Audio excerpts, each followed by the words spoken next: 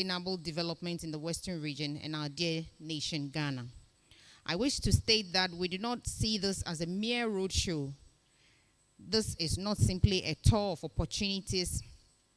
It is a strategic turning point, a call to action, and a platform to translate promise into productivity and potential into prosperity.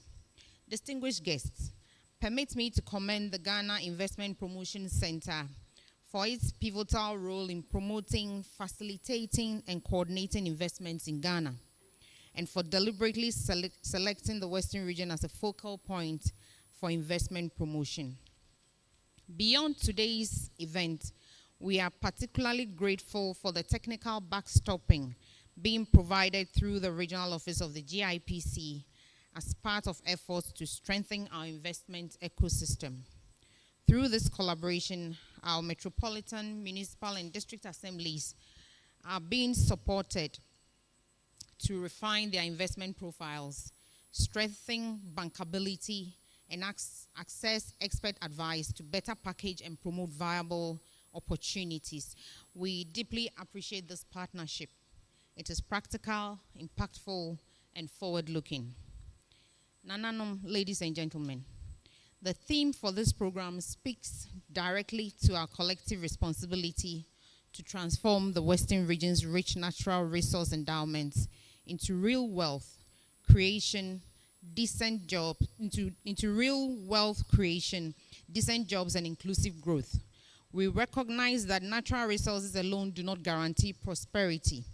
What matters is our ability to build and sustain the networks, partnerships, infrastructure, skills, and value chains necessary to convert these resources into competitive industries, exportable products, and long-term economic value for our people.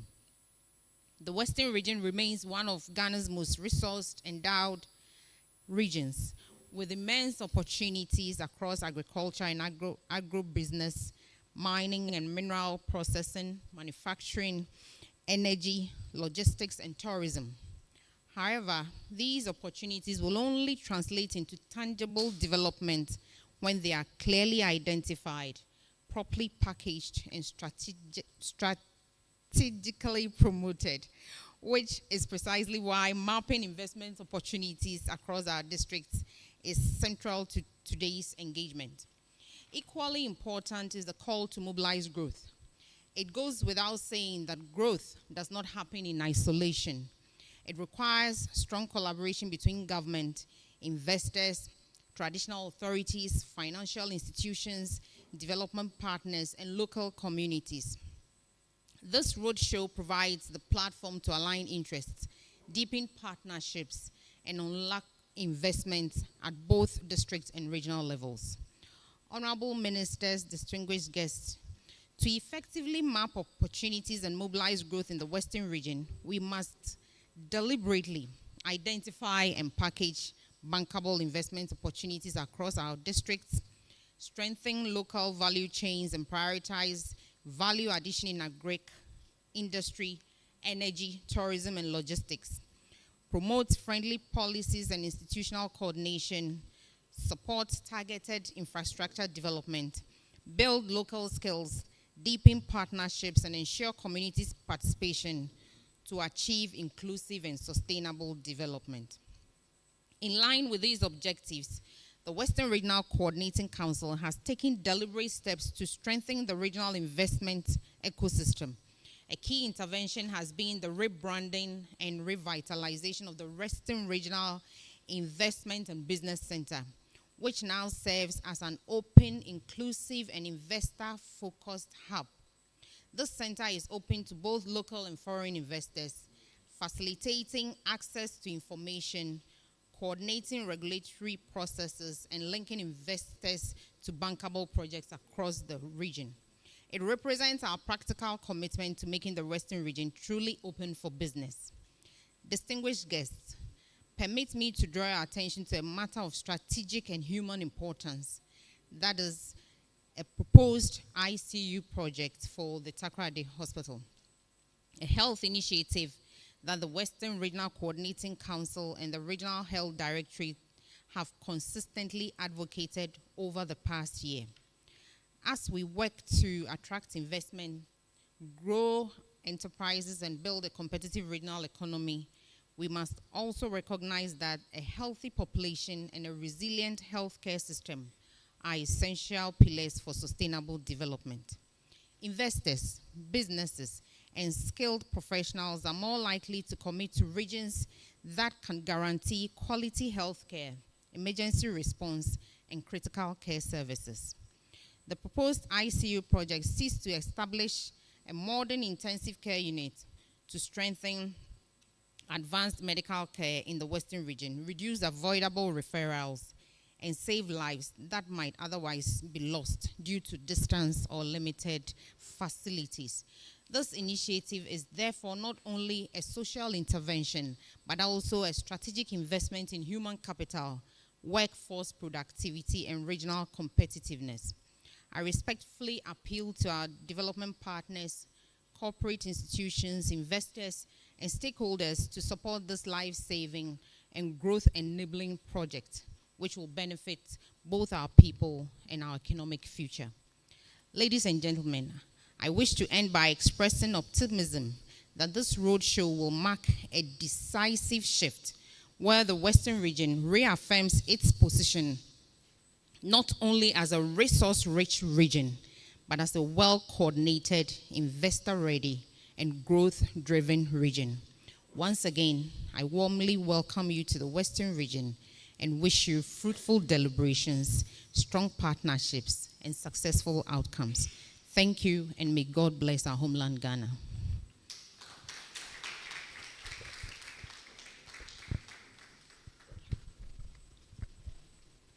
Thank you very much, the Honorable Minister and the representative, for these inspiring and forward-looking remarks.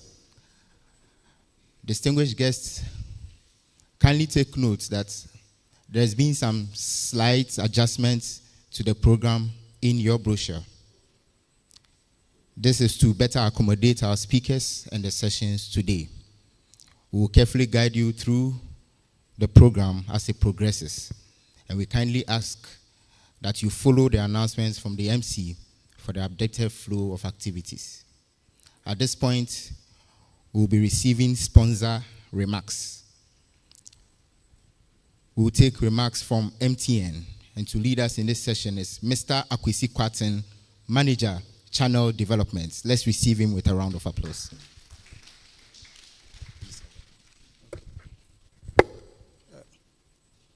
Good morning, and then permission to stand on all the existing protocols. I'm pleased to be here today on behalf of the Chief Executive Officer of MTN Ghana, Mr. Stephen Blewett, as a development partner to support the Ghana Investment Promotion Council regional tour. MTN Ghana, the leading telecommunication platform operator, is committed to partnering with GIPC to drive and enhance investment and growth within Ghana digital economy. As a leading telecommunications company, we bring connectivity, innovation, and expertise to the table. We strongly believe that together we can leverage our networks to attract investment in technology and innovation hubs, promote digital infrastructure development. We believe that we can support entrepreneurship and create opportunity for Ghana's youth. Distinguished guests, ladies and gentlemen, through our partnership, we can collectively enhance Ghana's competitiveness, promote e-commerce, and support key sectors such as agriculture, healthcare, and education. We are indeed very excited to work with GIPC, share to investors across the region. Whilst here, we also have the opportunity to bring close customers. So once we are coming here, you saw the stand there early, and then the offers that we have for our customers. On behalf of the CEO of MTN Ghana, I wish to express our sincere appreciation to the Chief Executive Officer of GIPC, as well as the entire management and staff for their tireless effort. We appreciate your continued support and look forward to strengthening our collaboration. Together, let us build a stronger and more prosperous Ghana, now and into the future. Thank you. And as we are here, I believe we are meeting the working community, and we have our enterprise business team here who will take the opportunity to take you through our product and services. So I will hand over to my colleague to take you through our product and services in about a minute or two. Thank you. Thank you very much, Akwesi. And good morning, everyone. My name is Samuel Ajitetete. I'm the manager responsible for multinationals and large enterprises with MTN. Please permit me to run through the slides. Because of our time, I will just go through quickly.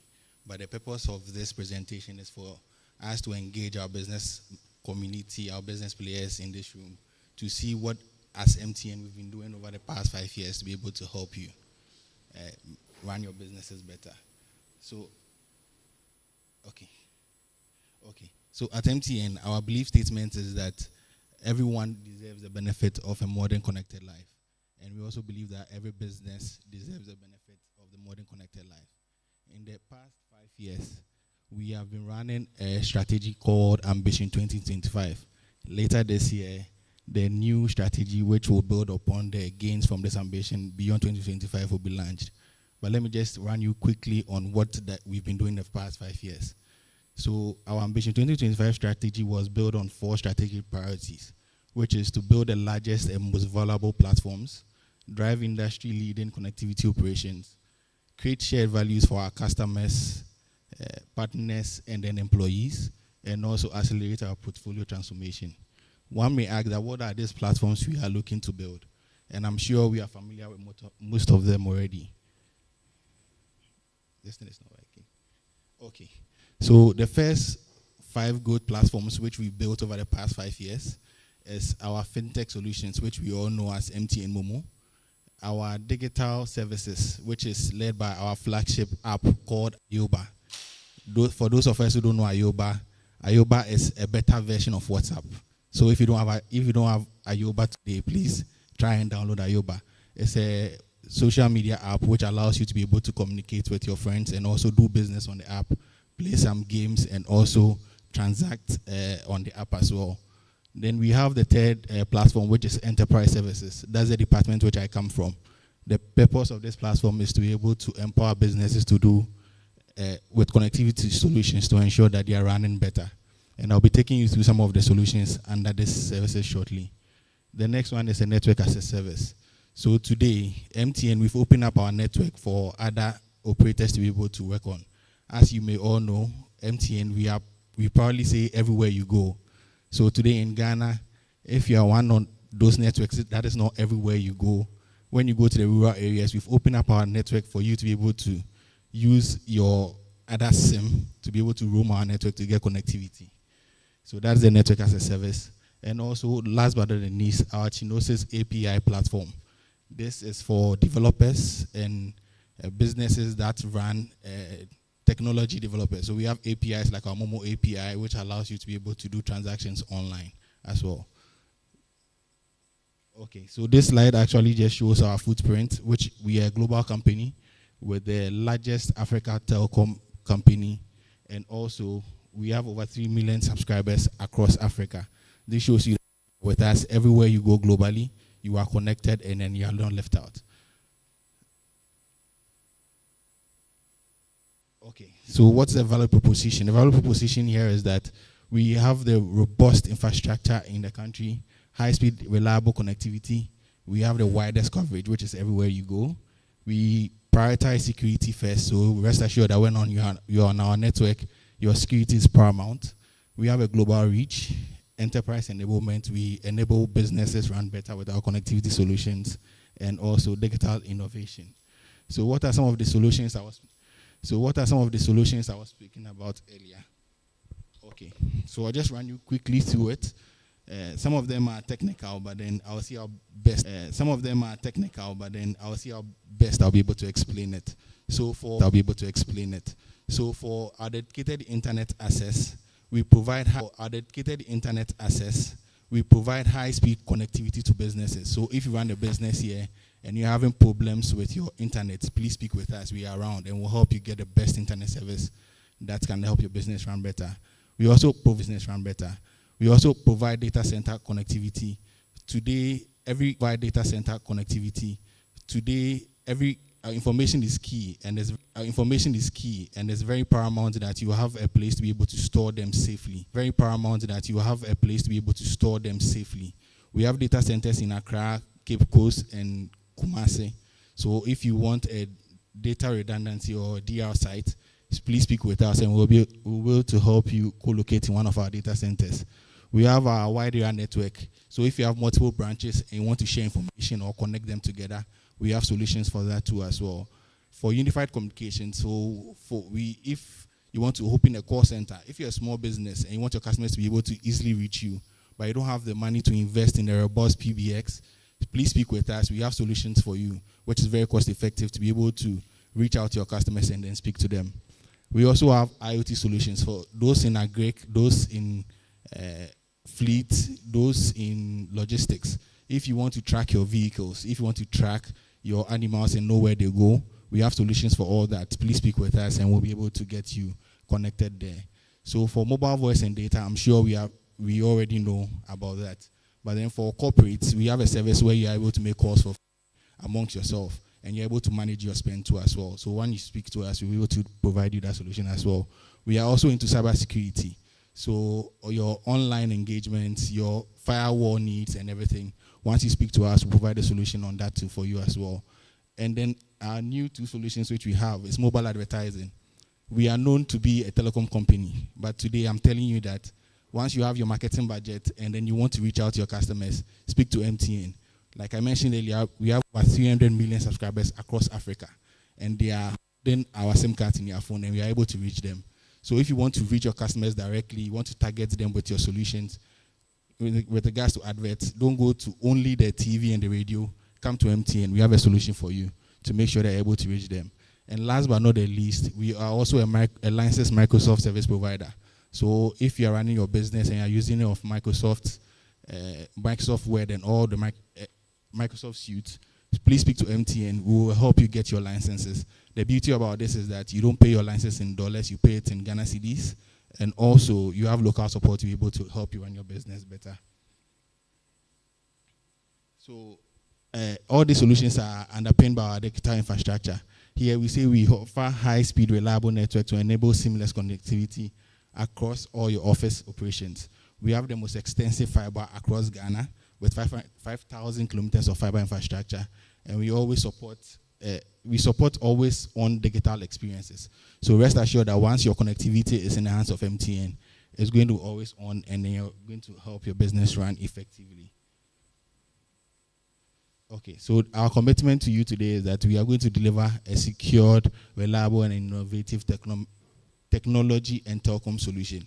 Underpinning all this strategy which I spoke about, the idea is for us to move from being a traditional telecom company, as we all know, to be a fully fledged technology company. So today we don't only offer internet data like you know, but then when it comes to technology solutions, in terms of, like I mentioned, Microsoft and all the other advanced solutions, AI solutions and all that you may think of, please speak to MTN, and we are very sure that we will have a solution for you to run. Thank you very much. And these are some of the brands we've worked with, and I'm sure once you engage us, we'll find a space there to put your business there as well, for everybody to know that your business is running well. Thank you very much, and those are my details, so please you can take there and give me a call, and then we can discuss and help you run your business better. Thank you very much.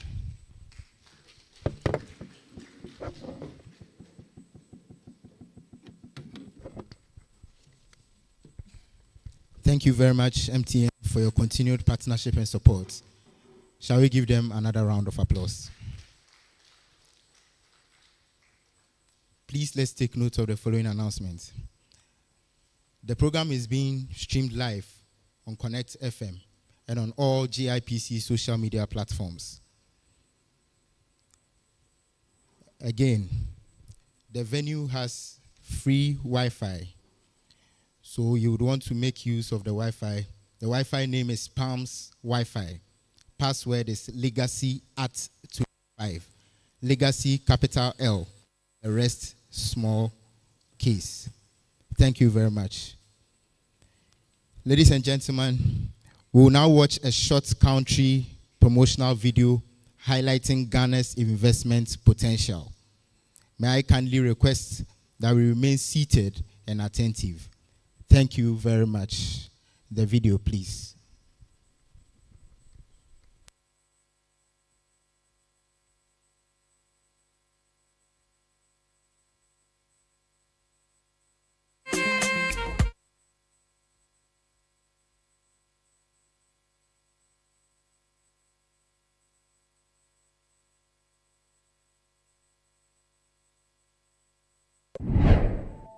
What does openness mean to you?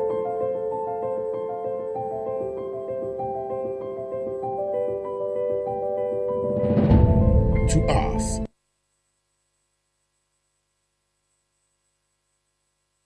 it's an expression of inclusion, innovation, and possibility.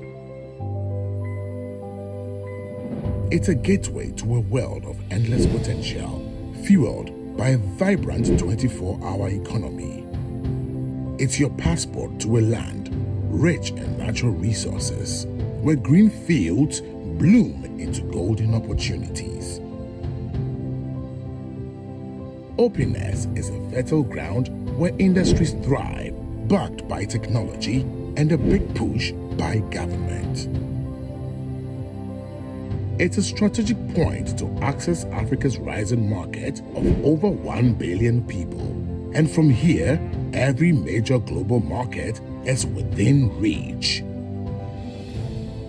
Openness is an experience at the center of the world where the black star shines. It's the rich spirit of our people, our open minds, welcoming hearts, and the deep pride in our African heritage.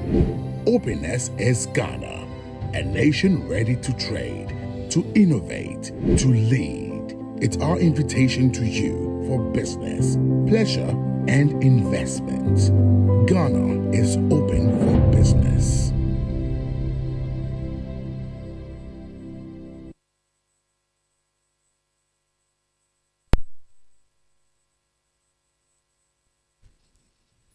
Thank you very much for your attention. Ghana is indeed open for business. Distinguished guests, our next speaker is a statesman with decades of experience in governance and public leadership, who currently provides strategic oversight to strengthen Ghana's investment climate and drive both foreign and domestic investment growth. Please join me in welcoming the board chairman of the Ghana Investment Promotion Center, Honorable Dr. Akwesi Opon-Fosu, for his statement. Let's welcome him with a round of applause.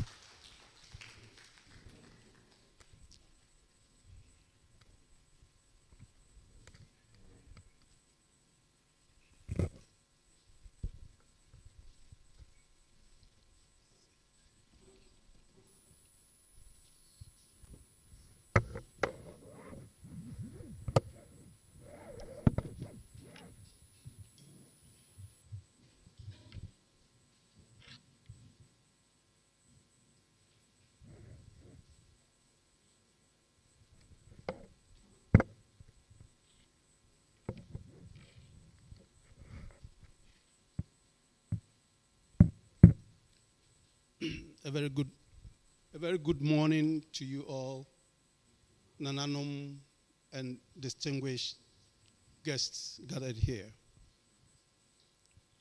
Let me begin by first acknowledging the presence of Madam Rachel Fosua Sapong, representing the Regional Coordinating Director, representing the Honorable Regional Minister. Nana Kobnan Ketia V, Omahini of the Skado Traditional Area and President of the Western Regional House of Chiefs. I've also noticed Nana Kosiajiman here, Omahine of Lower Disco. I recognize Major Christina Adole Okon, retired, board member of GIPC, the Deputy Chief Executive Officer of the Ghana Investment Promotion Center, Mr. Baba Razak, MMGCs and coordinating directors of Metro, Municipal, and District Assemblies, business leaders, distinguished ladies and gentlemen. It is my honor and privilege to welcome you to the Western Regional Investment Forum 2026 on behalf of the Ghana Investment Promotion Center. This gathering is not just a ceremonial event, one that ends with a keynote speaker's speech and applause, and then we go back home. This is intentional. It is designed to connect policy to production and capital to regional resources that will translate to real economic outcomes. Distinguished ladies and gentlemen, under the leadership of President John Dramani Mahama, Ghana has recommitted itself to a development model that recognizes a simple truth, that no nation industrializes from only one city. It is from this conviction that the Investment Opportunity Mapping Project, IOMP, was conceived and launched to systematically identify, profile, and promote bankable, investment-ready opportunities across all regions of Ghana. Over the past year, GIPC, working with our partners, successfully delivered the Volta and OT Regional Investment Roadshows, followed by the Central Regional Investment Roadshow earlier this week. Today, we proudly bring this initiative to the Western region, my own home region. From here, the journey will continue to the remaining regions of the country, because every region matters, every district counts, and every community has a role to play in Ghana's development story. Nananum, distinguished ladies and gentlemen, the Western region occupies a strategic place in Ghana's development trajectory. It is one of the most resource-endowed regions in the country, with a long history of contribution to national revenue, exports, and industrial activity.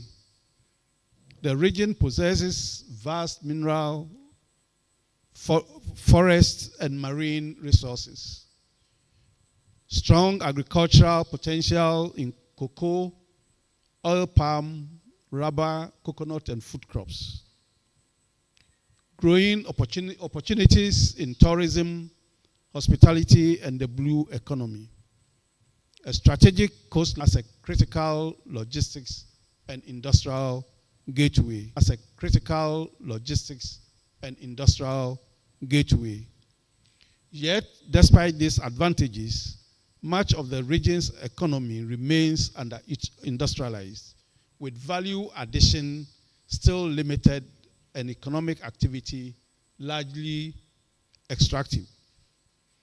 Between 1991 and 2025, the Western region attracted approximately $10.83 billion in investments, representing just over 20% of total investments recorded nationwide, spread across 296 projects. This tells one thing clearly: there is a significant headroom for deeper and more transformative investment. The strategic shift we are championing today is deliberate. The Western region is not just resource rich, it is value chain ready. The forum therefore prioritizes investments that promote industrialization and downstreaming processing, expanding agro-industrial and mining links. Key anchor opportunities include agro-processing in oil palm, rubber, and cocoa, mining-linked industrial development in bauxite and limestone, energy-enabled manufacturing, port-centric logistics, fisheries and cold chain infrastructure, sustainable forestry, and industrial services that support construction, oil and gas, and manufacturing. These are not abstract ideas. They are investment-ready platforms requiring capital, technology, skills, and strong partnerships. Esteemed traditional leaders and heads of MMDAs, as you are all very much aware, regions are made up of communities. So when we talk about regional investments, it is about investments in your communities. Therefore, your leadership in land administration, local facilitation, social cohesion, and investor confidence is crucial. The success of this forum and of the IOMP more broadly depends on local ownership and sustained collaboration. Distinguished ladies and gentlemen, as board chairman of the Ghana Investment Promotion Center, I want to assure investors and stakeholders that GIPC will actively handhold strategic investors, align investors with MMDAs and traditional authorities, and prioritize projects that deliver jobs, exports, skills transfer, and local value. The Western region is not being presented today as a promise. It is being positioned as a platform for execution. I therefore extend my sincere appreciation to all our collaborating partners whose dedication has made this forum possible. Ladies and gentlemen, Nananum, I wish to conclude by emphasizing the point that Western region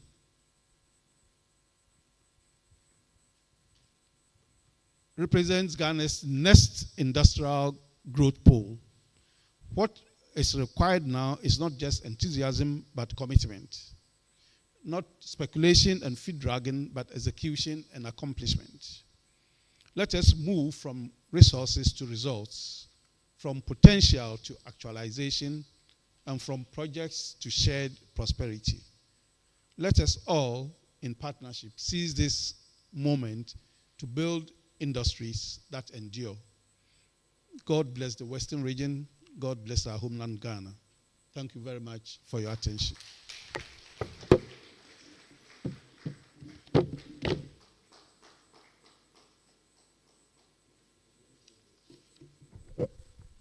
Thank you very much, Honorable Chairman, for that insightful address.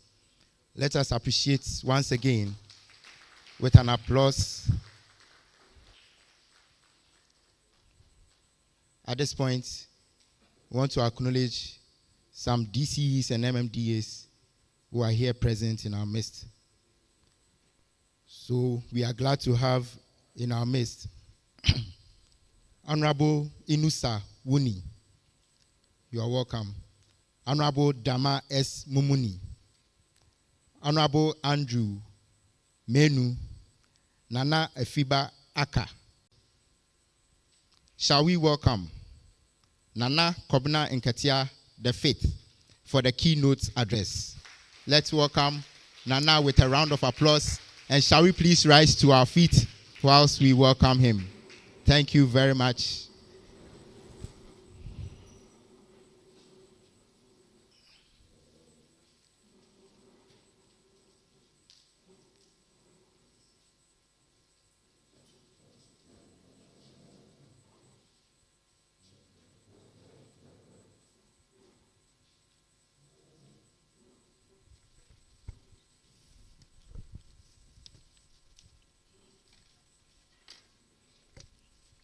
Please be seated. I'm really surprised that my very special brother, the Najiman, the Vice President of the Regional House of Chiefs, decided to stand up for me. Anna, you've never done that before, Medasi. I hope I speak good English for you today. The chair of GIPC, the lady who is retired, and I don't understand, she looks too young to retire. Eh? So, madam, I will employ you, my dear daughter, representing the regional minister. The very handsome young man sitting over there, I think he has an Arabic name. So I'm wondering if he came from Saudi Arabia. Abdul Razak, distinguished ladies and gentlemen. So many honorables here. When I looked at the back of the thing, I saw honorable this, honorable this, honorable this. So, Honorable Nana. And I've seen Nanansi through here. Always inspirational to see him. I think my special son, Oponfosu, Akwesi Oponfosu, said that I was speaking, there will be an applause. I haven't spoken. So I'm wondering what the applause will be for. So when you said that, I was smiling to myself. I said, I wish I could just come here, repeat the things you said, and then after I myself would say, clap for me. But on the more serious side, I don't want you to clap for me at all, because I'm not going to be very pleasant in what I say. We all know that investment is widely acknowledged to be an important driver of economic transformation and growth. Local investments are very important. But besides all that, I was very, very surprised to receive this letter inviting me not only to participate, but at the same time to give this address. I'm still reflecting on the possible reasons, even though you came there yesterday. But when I saw Honorable Oponfosu, I said, I'm sure he bullied you to come and ask me to stand here and speak English to you. Be prepared to resist bullies, eh? Yesterday, I had a delightful visit from a GIPC delegation led by Abdul Razak, quite a handsome young man. If he isn't married, he should come for my sister. However, what impressed me most is that the delegation came in a bus, and I made a remark about it. Usually when people come, we say we don't have money.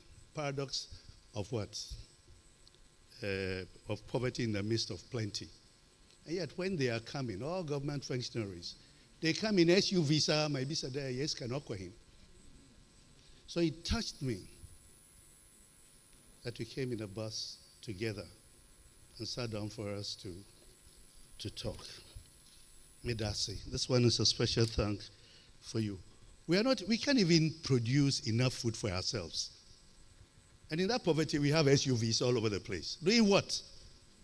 And yet we are talking about investment. So thank you. And I was very surprised, a young man moderating this thing. They are the future. You are the future. So think that way, because investment is a way of thinking. It is taught. That's what we need to look at. Go to the markets. What are they filled with? Second-hand clothing. Awolowo said that if you want to see how a country is developing, look at how much second-hand clothing is in the market. Yes, they open the market in Escado from the beginning to the end. Ashahungwa. And yet, we are training people to sew. After that, what would they do?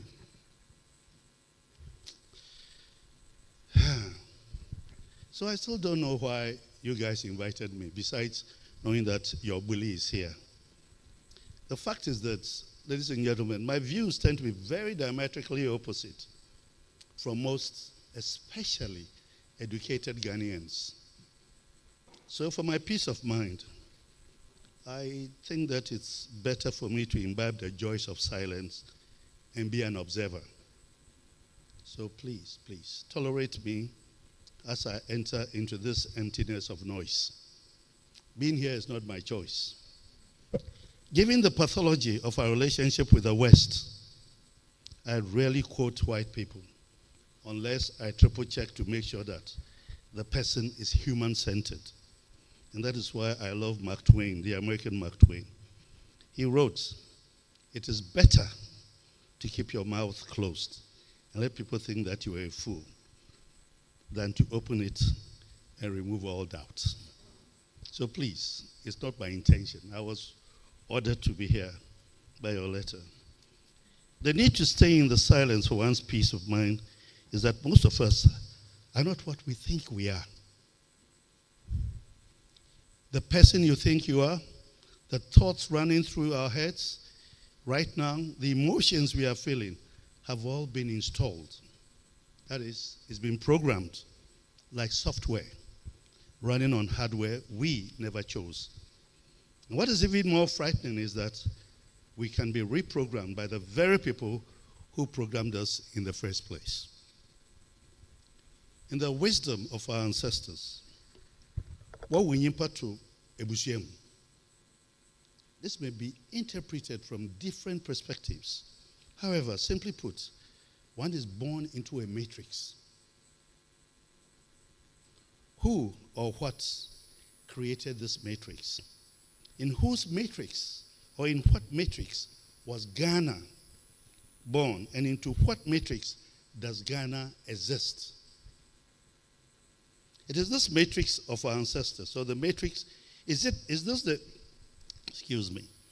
the matrix of our ancestors or the matrix created by the enemies of our ancestors? Whose head are we using to operate Ghana? We need a premise from which we can appreciate the word investment. It's easy to say it. But as your chair will tell you, you need a philosophical understanding of the word investment. If not, don't use it. The consciousness that defines the word is a consciousness of perception. From the moment we were born, we entered a system, a social operating system with a primary function to make us predictable. Think about it. We were taught to seek approval, to chase validation from people who themselves are caught by the same programming. Our parents, our teachers, our peers, our politics, our economies, our ideologies, our laws, our worldview, our religions are all running in the same software. We are unaware of the fact that these have been passed down to us. And therefore, we are unconscious of the virus we are carrying and possibly perpetuating. Ladies and gentlemen, daily we wake up. We check what other people think. We adjust our behavior based on approval metrics, likes, comments, the look in someone's eyes when we speak. We are not living, we are performing. Mentally, a lot of us are imprisoned, or as somebody would say, we are incarcerated. I remember the times that when I first returned to Ghana, and one of our economic, what's the name of those people you call them, ministers, went to America and came back, said, I went to the IMF, and they said, this is right, this is right, this is right. Hey, you've lost your sovereignty. Who are you?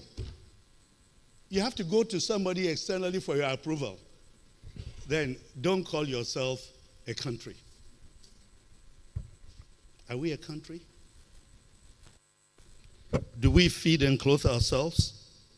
A friend of mine called Anakweku Beku, he put it in a nice way. He says, if we do not exist and function personally and collectively according to our African essence or nature, what Kwame Nkrumah said, the African personality, then everything we do or provide, teaching, service, treatment, and theorizing, we only deserve and dehumanize ourselves with our people. This region, if you look at the coastline, there are more forts and slave dungeons in this region than anywhere else on the west coast of Africa. And that has to be understood. That when you talk about driving, about the riches, the wealth of this place, driving local investment, which is your theme. Why? For what? For whom? How? And most importantly, who is the driver? Now you go to the next word, unlocking regional potential. Why should you unlock it? And for what? How do you unlock it? And most importantly, for whom? Mapping out opportunities. Oh, why should you map opportunities when you are not in control? The same questions arise. For whom? And lastly, you want to mobilize growth in the Western region. Growth into what? We'll get there. Any form of investment is basically an enhancement of my people's way of life. If the investment does not enhance my culture, then it is not investment. As someone who sits on an ancestral stool, if an investment is simply a continuation of what the British left behind, then we just exist not just in the colonial framework, but in the neo-colonial framework. And when you look at the pathology of investment in the region over time, I weep anytime I reflect on the resources, the endowment Oduma Nkrumah has bestowed on this region and maintained by our Nananum in the hope of preservation for their Nananum. Soon, just as my good friend there, will be joining the Nananum, and I have to account for the wealth they conserved for the welfare of their Nananum. What do I say about the land, the trees, the waters, the minerals, etc.? What do I say? Do I say that investment took all these away and impoverished the people of this region? This is our challenge. That's the challenge of this forum. I keep wondering, and this is by the way, why Osajifo Doctor, I usually call him Kwame Nkrumah, but my good friend says that no, Osajifo Dr. Kwame Nkrumah. So I keep wondering, why Osajifo Dr. Kwame Nkrumah is not compulsorily and critically studied and analyzed in educational institutions, even in this region of his birth. Studying him is also to understand the investment that went into his overthrow. That one is also an investment. Investment can simply mean exploitation, a word we do not have in our culture. Exploitation simply means insisi, which in English means cheating. So be careful about the use of "we're coming to exploit this." It's a word you must reflect deeply about before you use it. Every aspect or facet of colonialism, for example, was an investment for the maximum returns on capital invested. Europe was and has not been in Africa for Africa's benefit, and is becoming glaringly clear. Europe dominated the fiscal space of Africa to acquire, to exploit, and distribute the human and material resources. Self-interest reigned and still reigns supreme. Each colonial law, each thought, each act, each missionary, each religion was and has been to the benefit of Europe. The cost of gold was conceptualized as a commercial enterprise with profit as the objective. I.e., so you say, oh, the Gold Coast was simply the Gold Coast Incorporated. Although it may be sickening, it is candidly refreshing to find the absence of a veneer of paternalistic and civilizing hypocrisy, which usually characterizes colonial machinations and neo-colonial machinations. I like Lord Lugard, as they call him, as a referential point. And I always thank him for the frank manner he assessed his being in Africa. He says, the partition of Africa was, and as we all recognize, due primarily to the economic necessity of increasing the supplies of raw materials and food to meet the needs of Europe.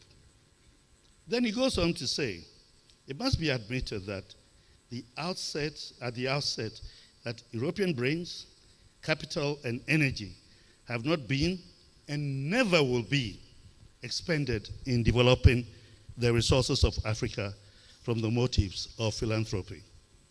This should be a guiding thing for anybody who is meeting an investor. Why is he coming? He's not coming for charity. Africans need to visit and revisit this statement time and time again in order to find their compass about investment and development on the globe. I think there's enough happening around the world for us to understand the times that we are in, where investment or the idea of investment means. Let us not forget that British misgovernance is to be understood as a segment of the chimera of legality that inevitably accompanies the most brutal and immoral acts of European imperialistic expression. For those of you who are lawyers, always meditate on the 1876 promulgation of the Supreme Court Ordinance. If you're an African, you feel sorry for yourself as an investment. The British, for example, were not here for a picnic. Investment is not a picnic. Imperialism is an investment. You go to war, you dominate people, you suppress, all because of what you want to get out of them. In whatever form or guise, it aims at the complete ownership, management, and control of the entire system of production, exchange, and distribution of wealth in its own base and those other nations and territories. So I asked myself the question, in whose interest is the Ghana Investment Promotion Center Act? 2013, Act 865. And don't forget, who can say that the mosquito sucks less pleasure from a man's vein than a governor sucks from the province entrusted unto his care? This was said by a Buddhist abbot. I know that we have all been enamored with the thoughts and activities emanating from the Sahel. Everybody is talking about Traore. Everybody is bothered about Traore. We hear PLO's Lubumba's voice ringing throughout Africa. And of course, the very pretty Zimbabwean, the Shona girl, who is married to a Ghanaian, Dr. Kwao, as intellectual frontlines. Nonetheless, what motivated me this morning, in addition to be here, is to hear a leader of state say, too many of our countries are caught in what I call triple dependency. We depend on others for our security choices. We depend on donors for our health and educational system. See, as soon as you use the word donor, it means you are accepting the fact that you are a sick organism. Oh, the donor will come. No, why are you there? We supply the world's critical minerals, but capture almost none of its value. The paradox of what? Poverty in the mix of plenty. I know, sadly, a few years ago, another of our presidents said, "Yetina abazi, yetina with a comedian." And then this Ghanaian leader, went on to say, this isn't sovereignty. It's a trap, and it's getting worse. But the part I like best is the leader says, in my quiet moments, I try to find solutions. Here's what I've learned. And he goes on to say, crisis creates clarity. The clarity is that We must build our own capacity to act. I heard this speech this morning by the man you voted for overwhelmingly to be your president, John Mahama. These are the words he said at Davos. And I was just telling your chairman that I wish the words hasn't been said at Davos, because Davos has nothing to do with me. I wish he had said it here. And daily repeated for us to hear this. We need to wake up to the reality. You know, when we talk about recently, yesterday, I attended a function of a hostel being opened by a very fine gentleman called Dr. Justice Amue Justmo. I was so happy. And then he says, out of love. Now you remember Nkrumah's speech. We tend to forget it. The Independent Eve speech, one of the best speeches you will ever hear. We need to create our own African what? Personality. Is the African personality corrupt?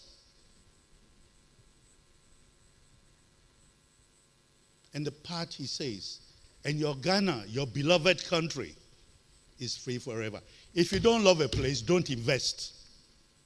Any investor who comes must come with the thought of enhancing the area he or she is coming to invest. You have gold mines at Prestia. Go to Prestia and see. You have gold mines at Obuasi. How many years? So therefore, if anybody wants to come and invest in a gold mine, that person must be in love with the people and the area, so that he says that I'm coming to enhance the culture, improve the culture of this area. If he's just coming because he has, let him go away. Because investment, real investment, starts with love. See the pretty lady sitting there. I will invest in her.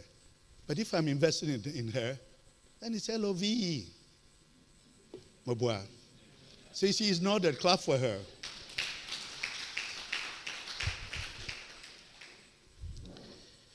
The Canadian Prime Minister, Kearney, brought this out clearly in his speech. And we should ask yourself, how is investment going to help us? Axim area, this western region, in the Second World War, was producing rice that were being taken all over the area by the British, in their war efforts. What happened? Besides that, in our history, during the canoe thing, Axim area, the western region,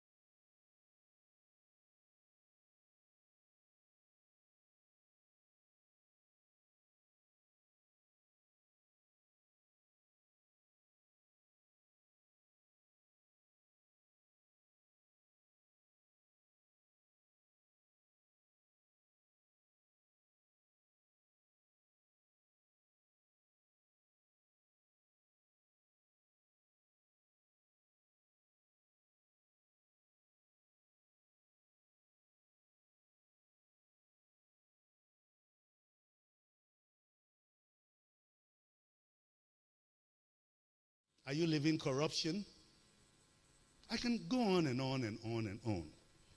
But these are thoughts that we need to think about. I could go on and on, as I said, but I really must thank you that you came here. Our regional minister, they don't want to say that they've created an office. It's a continuation of an office we thought about during Boahinedu's time. I'm glad it's being revived. And at that time, the idea was that, look, we need money. People come here, they must be confident. So we should put all the resources that we have into one basket owned by the people. So the people would always have a share in whoever is coming into this place, and so on and so forth. And we understood, we worked, and of course, the person who was spearheading that was too old at the time. My own elder and special father, Dr. J. Addison. I'm glad the regional minister has brought that idea forth again. Now we need to water it to be of benefit, not just to the region, but to Ghana. Let us also remember Lao Tzu's statement that a journey of 1,000 miles must begin with a single step. And that beautiful roads, as Ziegler says, often lead to beautiful destinations. A poet that I love, I think he was Kennedy's poet. I don't usually quote white people for certain reasons. He says, 2 roads diverged in a wood. I took the one less traveled by, and that has made all the difference. Let's take the road less traveled by. Thank you.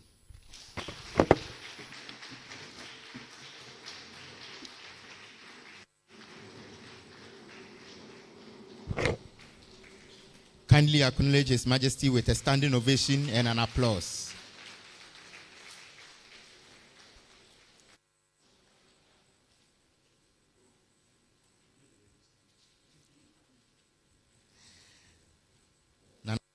We are most grateful for your wisdom and leadership. Thank you all. Distinguished guests, kindly permit me to formally acknowledge a representative of the Honorable Western Regional Minister, Mrs. Rahel Fosua Sapon, the Regional Coordinating Director. Please let's... Good. We also have in our midst Major Christine Na Adole Oko, retired, Board Member GIPC. Let's appreciate her presence. It's time to see another short video. This video is a Western Regional promotional video showcasing the region's investment opportunities.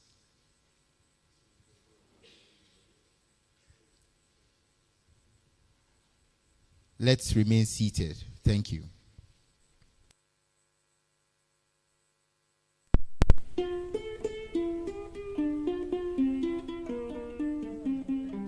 The Western region is Ghana's longest region longitudinally, sharing boundaries with the Central region to the east, Ashanti and Bono regions to the north, Cote d'Ivoire to the west, and the Gulf of Guinea to the south, covering a total land area of approximately 13,842 kilometers squared. The region hosts about 40% of Ghana's forest reserves and has an estimated population of almost 2.1 million. Richly endowed with natural resources, the Western region produces cocoa, crude oil, gold, manganese, limestone, bauxite, and timber, supported by a humid, high rainfall climate and an extensive coastline stretching from Sekondi to Axim and beyond. These advantages, combined with a strategic geographical location, improving infrastructure, and Ghana's pro-investment policies, makes the region a prime destination for investment across multiple sectors. Takoradi, the region's capital and oil city, is home to the country's oldest seaport, the Takoradi Port. The port serves as a critical logistics and economic hub, supporting offshore oil and gas operations and facilitating trade between Ghana and landlocked countries such as Mali and Niger. Ongoing expansion works are increasing the port's capacity to handle diverse cargo while strengthening its role in global maritime trade and offshore petroleum operations. These developments present strong investment opportunities in energy logistics, including storage tanks, bulk transportation services, and ancillary port services. The Western region is the cornerstone of Ghana's extractive economy. Following the discovery of crude oil in commercial quantities at the Jubilee Field near Cape 3 Point, the region has become central to Ghana's energy sector. Investment opportunities exist across the upstream, midstream, and downstream value chains, including exploration, production, processing, marketing, and petrochemical development. Increased natural gas supply from offshore fields supports national power generation, driving industrial and household energy demand. This positions the region as an attractive hub to produce medical and industrial gases, while opening further opportunities across the broader energy ecosystem. Ghana is also developing a petroleum and petrochemical hub in the Jomoro municipality, spanning over 20,000 acres. This flagship project aims to establish Ghana as Africa's leading integrated energy hub, featuring refineries, petrochemical plants, storage facilities, and trading infrastructure, creating thousands of jobs and extensive investment opportunities along the petroleum value chain. The Western region is Ghana's second largest producer of gold, with major mining operations in Takwa, Pristia, Bogoso, and Daman. It also hosts a significant unexploited deposit of bauxite, manganese, iron ore, diamonds, and limestone, a key import for mining, road construction, water treatment, and cement production. Additional deposits of kaolin, sand, and stone provide essential raw material for the construction and manufacturing industries. The presence of institutions such as the University of Mines and Technology, UMAT, and Takoradi Technical University ensure a steady supply of skilled human resource capital for mining, engineering, and industrial activities. The region is a land of rich history, vibrant culture, and deep-rooted traditions expressed through a variety of colorful festivals. Notable among them is the annual Ankos Masquerade Carnival in Takoradi, a spectacular event and major tourist attraction. The Western region's vast forest reserves and coastline make it a leading ecotourism and heritage tourism destination. Key attractions including Nzolezo, the UNESCO World Heritage listed stilt village, the Ankasa Conservation Area, home to the iconic Bamboo Cathedral and rich biodiversity, and a chain of historic Portuguese, Dutch, and British forts along the coast. These assets present strong investment opportunities in eco-lodges, canopy walkways, zip lines, adventure sports, beachfront hotels, coastal resorts, entertainment complexes, and related hospitality services. With fertile soil and high rainfall, agriculture remains a major driver of the region's economy. The Western region is Ghana's largest producer of cocoa and rubber, with extensive oil palm and coconut plantations. Investment opportunities exist in large-scale farming, agro-processing, and export-oriented value addition. The region is also well-suited for food crop production and agro-processing. The Takoradi Flour Mill stands as a pace-setter, transforming wheat into quality flour for bread, pastries, confectionery, as well as animal feed for poultry and piggery operations. Aquaculture and marine fishing provide significant livelihoods with opportunities in boat building and repairs, fish processing plants, cold chain facilities, and other blue economy ventures. Livestock farming and agricultural technology, particularly irrigation and mechanization, offer strong commercial potential. Rapid urbanization and industrial growth, particularly in Sekondi Takoradi and the oil and gas enclave, are driving demand for modern housing, office spaces, retail centers, and industrial facilities. Opportunities exist for real estate developers, manufacturing firms, light industrial operators, and waste management companies. The rehabilitation of the Western Railway line from Takoradi to Kumasi alongside major road infrastructure projects is strengthening logistics and supply chains, increasing demand for warehousing, industrial parks, and logistics services. The recent success of football clubs in the regions in 3 consecutive seasons signals more than just sporting excellence. It points to real investment potential in sport. Beyond football, the region offers opportunities in sport infrastructure, youth academies, sport tourism, and talent development across athletics, boxing, and beach sport. With a youthful population and growing visibility, investment in sport can drive jobs, nurture talent, and position the Western region as a hub for sporting excellence in Ghana and beyond. As the popular Ghanaian expression goes, the best comes from the West. The Western region is ready to engage, collaborate, and partner with both local and international investors to drive sustainable growth and development. Remember, the Western region is open for business. Ghana is open for business.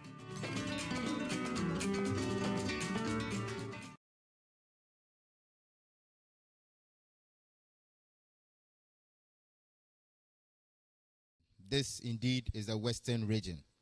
Ladies and gentlemen, our next presentation covers the Western regional investments landscape, right after which we will observe a quick cocoa break. This presentation will be delivered by Mr. Abdul Razak Baba, the Deputy Chief Executive Officer of GIPC. Please welcome him with a warm round of applause.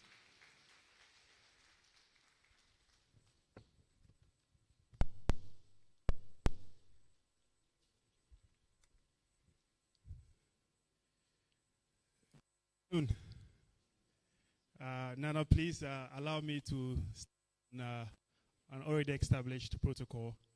And Nana, I'd like to first of all thank you for your insightful remarks. I think for me, as an investment executive, is that in order for us to get our investments right, we have to get our philosophy right. And that is the takeaway message for me. And Nana, also, I'd like to thank you for the compliments that you gave me. I never knew black people could blush, but for the reason when I was sitting there and heard those compliments come, I was blushing. And also, Nana, I'd like to take your word on your offer of your sister. I mean, everyone heard it. The cameras were there, they captured it. So I have already called my people in Tamale to get the cows ready. I am ready to invest in that LOVE. So we are working on that. But I'm here today to give an overview of the investment landscape in the Western region. I think the video did a great job of explaining what the opportunities are. So I'm not going to drag this issue very much. I'll run through my presentation very quickly. I don't want to drag your attention so much. So we will start by talking about why you should invest in Ghana in general, but specifically why the Western region should be your next investment destination. So to talk about Ghana very quickly, for those of us who don't know what Ghana is an English-speaking West African country. Our land size is about 238 square kilometers. Ghana is, the Ghanaian cedi is our currency. Our population, according to the latest estimate, is about 35 million. GDP growth rate has been on the upward trend. Our GDP has been on the upward trend. In terms of our key economic indicators, I think the story for last year was the great economic turnaround, especially for inflation. We came into the year 2025 with a double-digit inflation rate, an inflation rate of about 23%. And as we speak, as of December 2025, we went down to single digits, to about 5.4%. And I don't think you have an idea of what that means to go from 23% to about 5.4%. Consumer confidence is up, meaning that the Ghanaian is confident in the economic trajectory. Business confidence is up, meaning that businesses are also confident. They are spending, they are hiring people, they are employing people. And our sovereign credit rating is also doing very well. We are B-, which is still below investment grade, but coming from where we came from, restricted default, today we are at B-. So why should you invest in the Western region? So Sekindi Takoradi is the capital of this region. It has a population of about 2 million people with a steady population growth rate of about 3%. We saw a lot of people moving into the region during the oil boom in about 2010. The land area is sizable, and we have 14 districts in this region.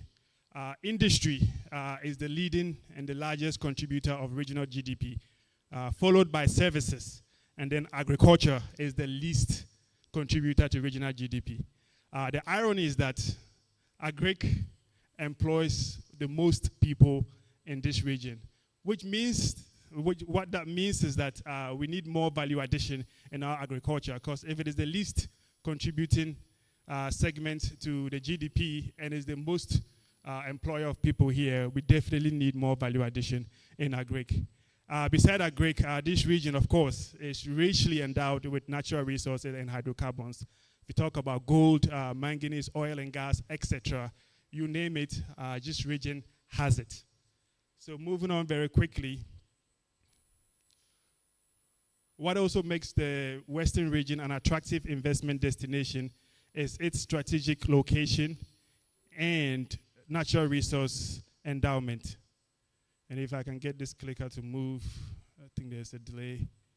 Yes, so the Western region is strategically positioned to access vast amounts of markets. Of course, it's a border town to the Ivory Coast, which has about 21 million people. And through the Western region, with the Takoradi port, you can also access the rest of West Africa through the ECOWAS trade liberalization. In addition to that, there is a domestic airport here that enables quick trips to Accra from Takoradi. We do pray and hope that very soon there will be more flight routes that would be added to this route here. So, I don't know, Regional Minister, MC.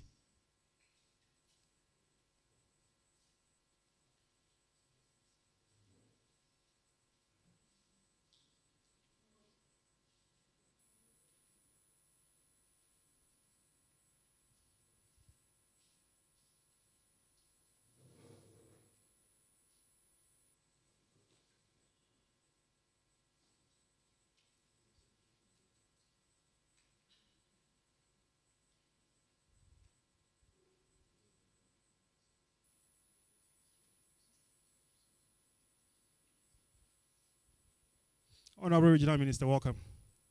Okay. So also continuing, again, what would let you know what the abundance of natural resources is in this region? When you talk about gold, it is one of the leading producers of gold in Ghana. There are significant gold deposits in Takwa and Prestia. It is also the leading, before the split of the region, this region was the leading #1 cocoa producer in this country. It also has a vast amount of arable land for agriculture that are also rich in natural resources, such as bauxite, manganese, timber, limestone, clay. And there's also significant amount of oil and gas reserves. Actually, this region has a monopoly over our gas production, oil and gas production in this country. So moving on, there are several significant companies that are already operating here in this country. So we have KEDA, which is one of the biggest ceramics and tiles manufacturing in Ghana. Actually, this company, which operates right from this region, has over 40% of the tiles market here in Ghana. It exports to Latin America, North America, and across Africa. So it's sometimes a very prideful moment for us to travel to other countries and see made in Ghana tiles in those countries, all thanks to KEDA. And there are also several companies like Golden Star, Cosmos, there's Talo, of course, there's ENI, several other companies operating out of this region. So moving on. So what makes Ghana and this region, for that matter, attractive for investments? And I think one of the most exciting areas for investors is the incentives that Ghana offer. And if you've been sleeping through my presentation, I think this is the time to wake up if you're an investor, because most investors wake up at this point when I do my presentation. So Ghana offers one of the most generous incentive packages in the African region.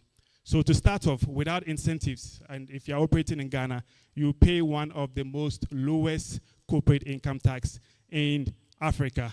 Our corporate income tax is about 25%, which is lower than the average of 28% in Africa. You add incentives on top of this, and you are getting the most good incentive packages that you can find in the region. The biggest incentive package we have is under the free zones. And I believe we have a free zones representative here that will go into detail of what this incentive package entails. But basically, if you operate under the free zones board and under the free zones enclave, you get 100% custom exemptions on your imports. You also get a 10-year tax holiday. You don't pay corporate income tax for 10 years. And after 10 years, you get 15% corporate income tax.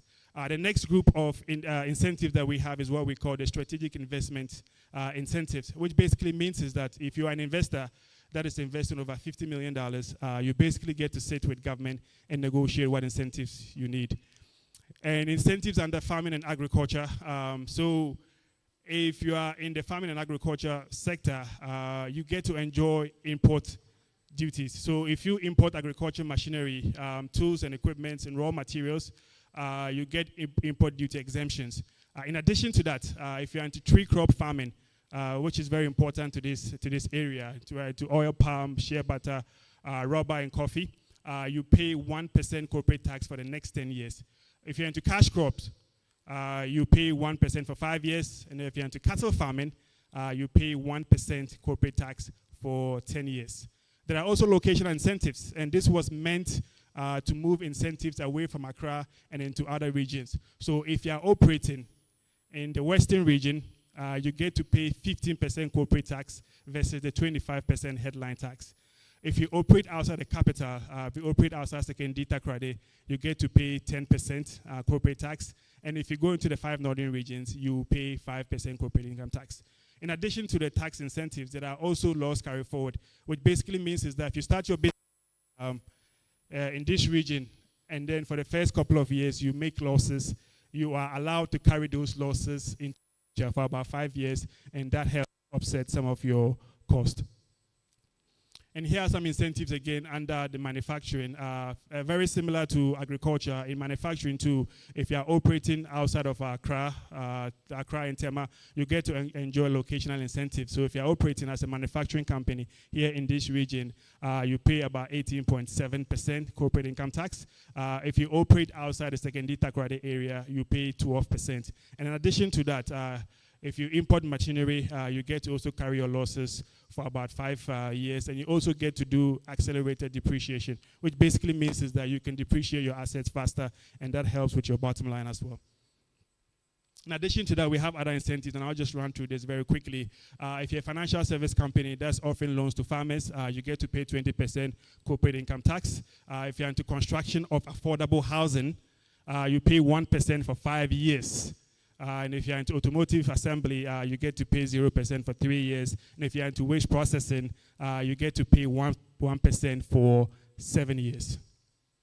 There are also non-financial incentives as well. In Ghana, we have laws and guarantees against expropriation and discrimination, which basically mean in simple, if you invest in Ghana, there's no day the government of Ghana would wake up and expropriate or take over your investments. That would never happen. And should that happen, should that unfortunate event happen, you have the right to dispute an international arbitration. We also have dedicated commercial courts that are specialized for commercial disputes. They handle all kinds of cases, commercial cases. They handle arbitration, intellectual property, fraud, tax, all of that stuff. They have it there. So moving on. So to do some investment spotlight, again, like I said, I think the video did a great job of highlighting some of the investment opportunities in this region. So I'm going to move very quickly through this. So the first thing we want to focus on is the government-led investment initiative. And I think the most biggest one, which when implemented, would be the biggest industrial initiative ever to take place in Ghana, is the Jomoro Petroleum Hub. Now, this project has been on the books for a very long time. So moving on to the mining sector, which is one of the biggest industries in here. So Ghana, in general, is endowed with gold, especially the western region is endowed with gold. Ghana is the #1 gold producer in Africa. We overtook South Africa a few years ago, and thanks to this region, Ghana is maintaining our #1 spot in gold production. There are huge gold areas in this region, such as Takwa, Prestia, and then the Damang area. There's also huge bauxite and manganese deposits in this region. So that creates opportunities for investments. It creates opportunities for oil refinery. I was speaking to Nana yesterday, and he had mentioned that there's no way a gold refinery should be somewhere in Accra. It should be here in this region where the gold is. And I completely and totally agree with Nana. So we are inviting the private sector to come and set up value addition initiatives in this sector to take our raw materials and convert them into value added materials. Yes. Okay, so just a little bit of the mining sector in Ghana here. So those that are interested in mining, in Ghana, we currently run a 2-scale mining system. We have the small and artisanal mining that is reserved for Ghanaians, exclusively reserved for Ghanaians. As a foreign investor, you cannot do the mining sector. And we also have the large-scale mining, which is for big companies and for international investors. In addition to that, there is an initiative now to introduce a 3rd scale, which will be the medium scale. Now, the medium scale will be a blend of the small scale and the large scale. And the idea is that the medium scale would be for Ghanaians, but Ghanaians would be opened to partner with international investors. This has been proposed. This is not the law yet. We are hoping that this year the law would be passed, and then the medium scale will become a reality for Ghanaians to participate in their minerals resources. In addition to that, so for investors who are here who are looking to get into the mining industry, it's very easy in Ghana to get into the mining industry. The first thing you need to do is to incorporate a company, just like you do in any other country. The caveat is that the company has to be domiciled here in Ghana. So once you do that, you acquire your mineral rights. Ghana runs a 3-tier licensing system. The first license is recognizance license for surveys. The next license, once you get a recognizance license, is your prospecting or your exploration license. And then finally, once you do these two, you can get your mining lease where you can now go into production. Once you have your mining lease, you make sure you secure your environmental permits from EPA and also do your community engagement to ensure that the community in which you are mining in, their interests are also held and you can go into mining from there.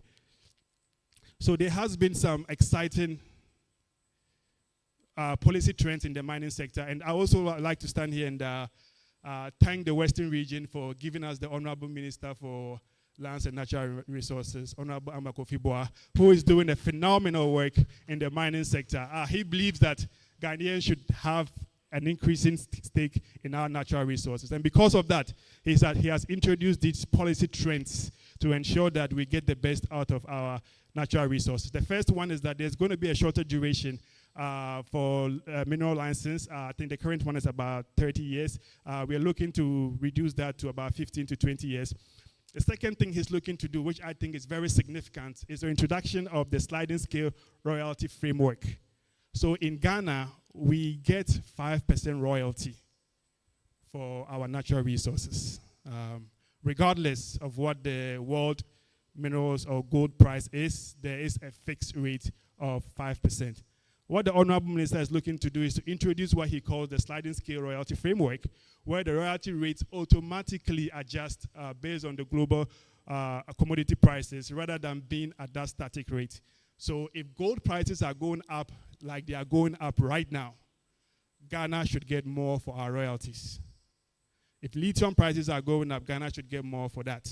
And so this is what he's introducing. And in addition to that, he's also introducing a 1% community development fund, which will be levied on the royalties, and that would go to support local infrastructure in the mining district. So Takwa would get their 1% for their local community development. Prestia would get their 1% if the law is passed for their local community development. In addition to that, there's been the new gold board that is the government agency authorized to purchase and sell and export gold from small-scale miners.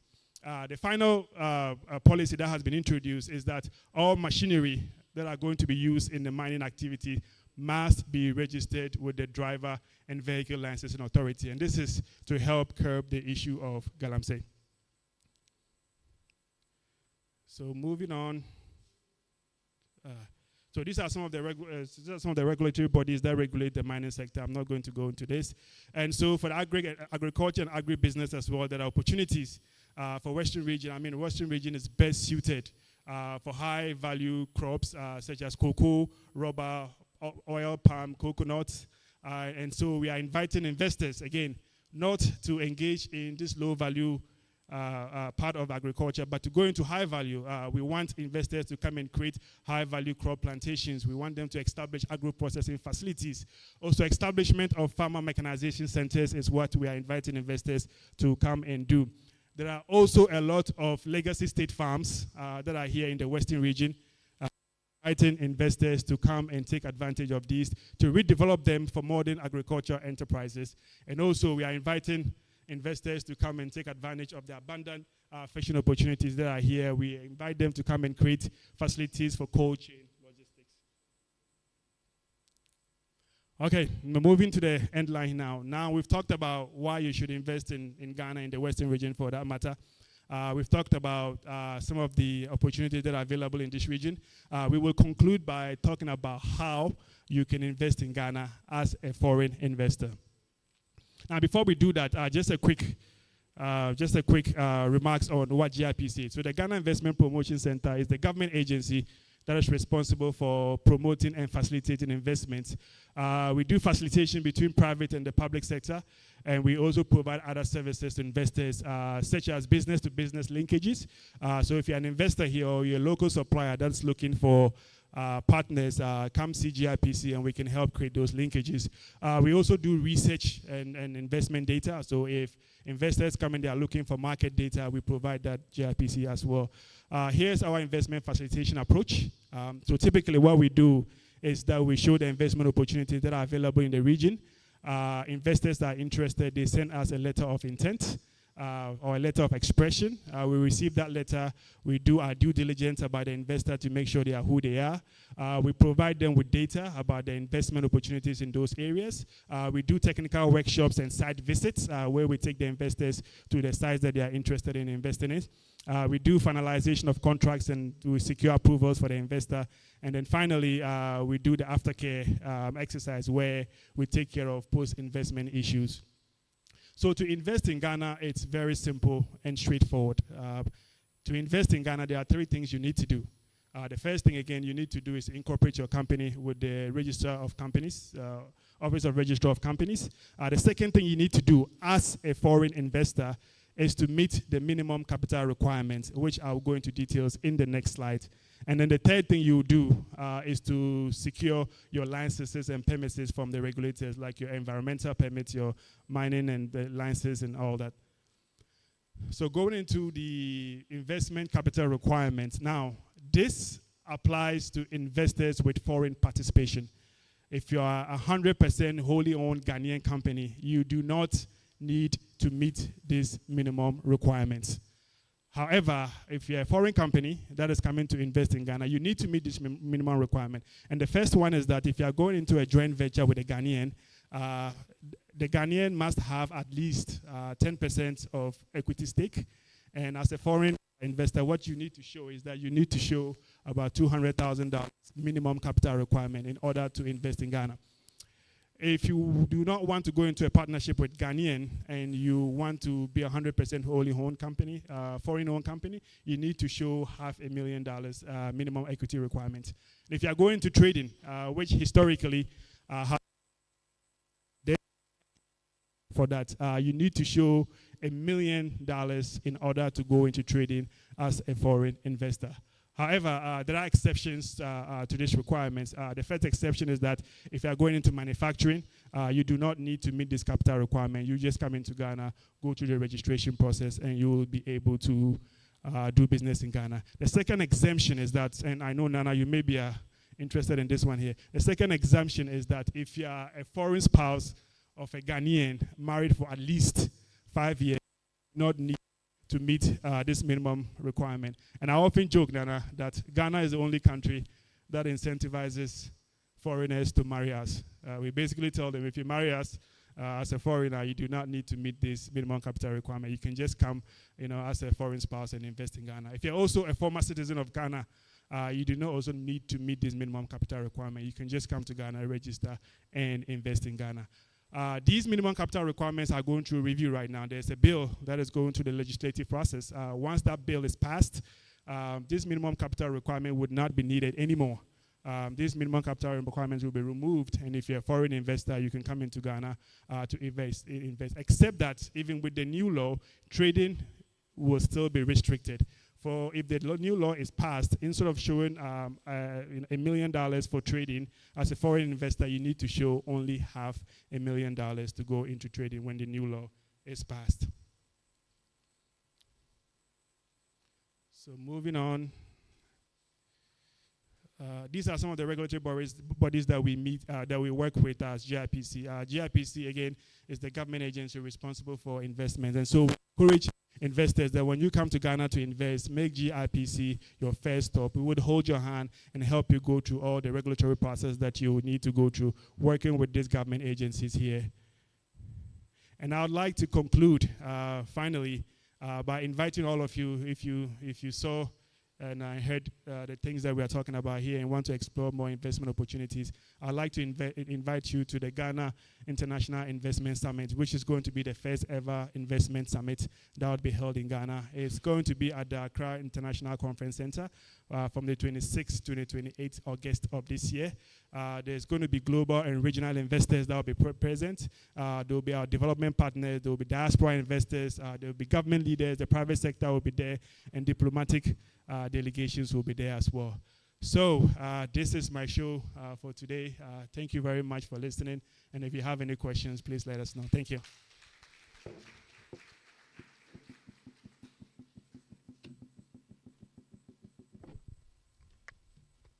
Thank you very much, Mr. Abdul Razak Baba. Let's appreciate that wonderful presentation. Distinguished guests, kindly permit me to acknowledge a few dignitaries who have joined us. We are honored to welcome the Honorable Western Regional Minister, Honorable Joseph Nelson. We also acknowledge in our midst the Assistant Commissioner, Ghana Immigration Service, Mr. Daniel Debra. We also have in our midst Assistant Commissioner, Sector Command, Mr. Walter Blankson. Let's appreciate them. We warmly welcome you to our midst. Distinguished guests, it is now my honor to introduce a seasoned public servant and an advocate for economic development. He continues to champion the efforts to position the Western region as a premier investment destination. Please join me welcome the Honorable Western Regional Minister, Honorable Joseph Nelson, for his remarks. Let's appreciate him with a warm round of applause.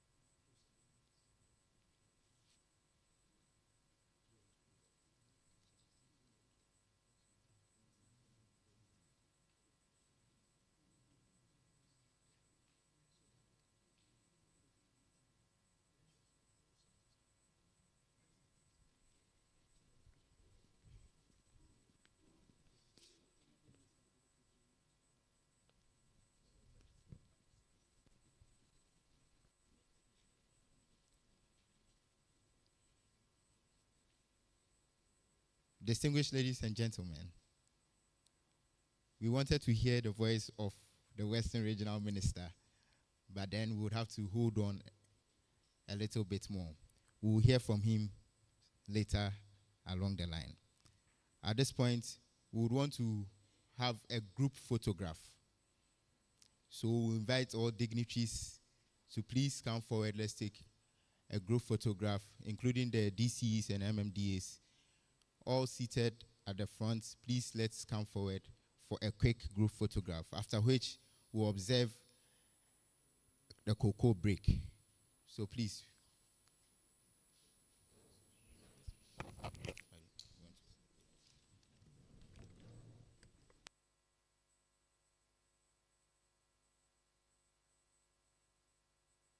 Please, the cocoa break will be observed at the ground floor. At the ground floor. And please, the time allocated is just 10 minutes. So right after the photograph, we are all going down for the tea break, and then we'll resume our seats in the next 10 minutes. Thank you very much.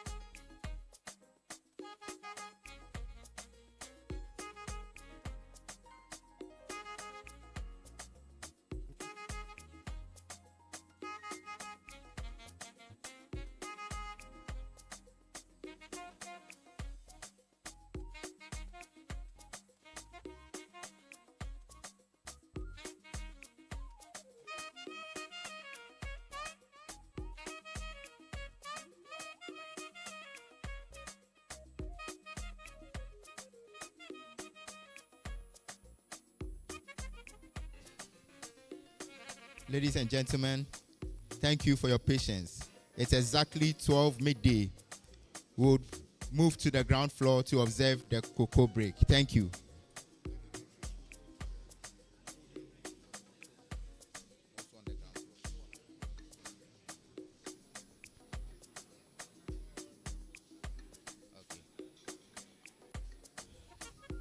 Kindly take note that we are resuming to our seats in the next 10 minutes. Please, the dignitaries will have their cocoa break in the holding room. The protocol will lead you to the holding room. Thank you very much.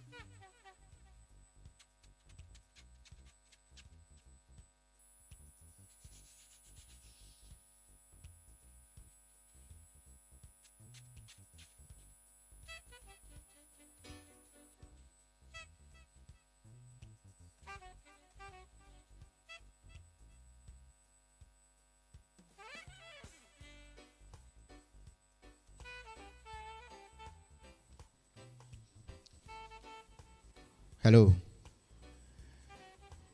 Good afternoon, ladies and gentlemen. We almost have a full house. If you are on your way, kindly return promptly as we continue with the program.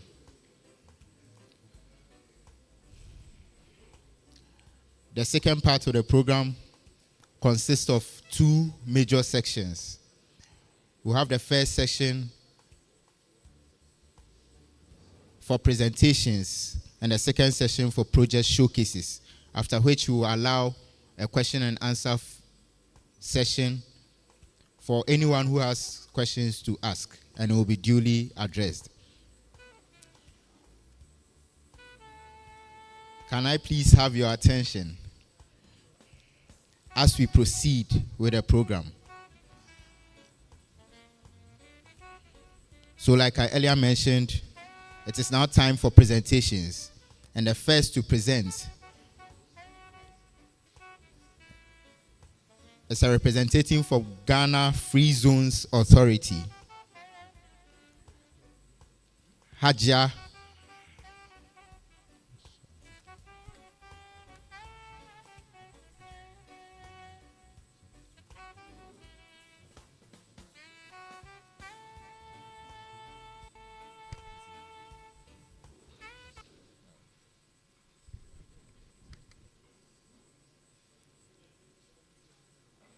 Distinguished ladies and gentlemen, before we take the presentations, it is now time to hear from the Honorable Western Regional Minister. So at this point, join me welcome Honorable Joseph Nelson for his remarks. Please, let's keep appreciating him as he takes them. Thank you very much.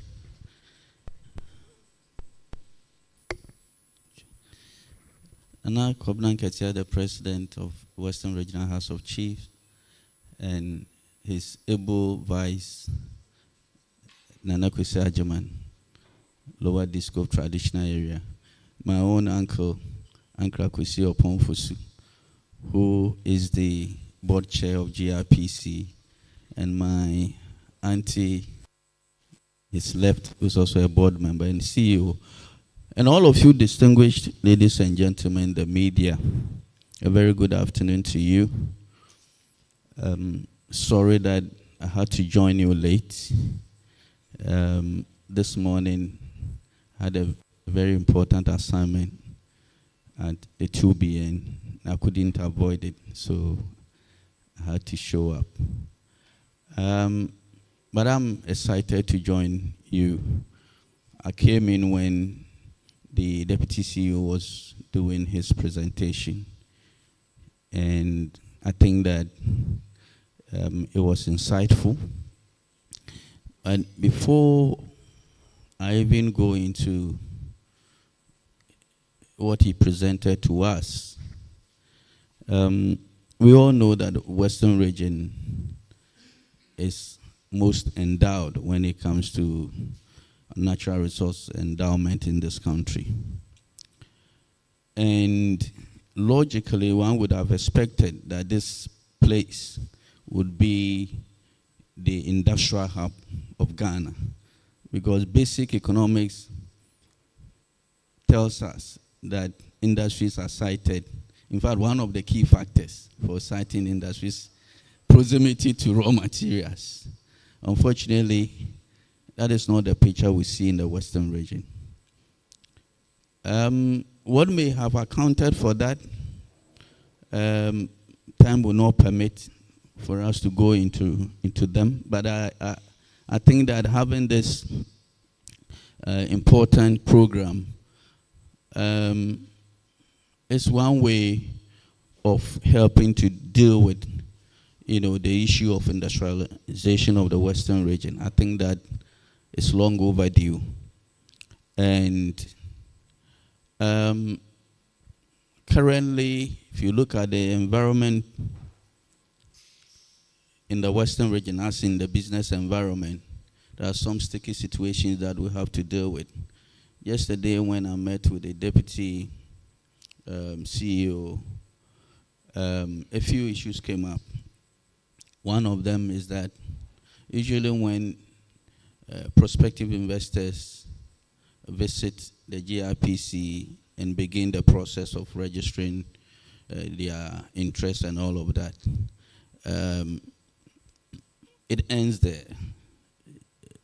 If they have to come to the Western region, they come quietly and leave without recourse to the RCC. So we are unable to even keep track and support them to, overcome any challenges that they may come up against. So I flagged that with him, and I believe that going forward, GIPC is going to take that up so that we'll have that collaboration, we're able to deal with matters, in good time. And you would agree with me that, especially with foreign investors, time is of great essence. When they come and,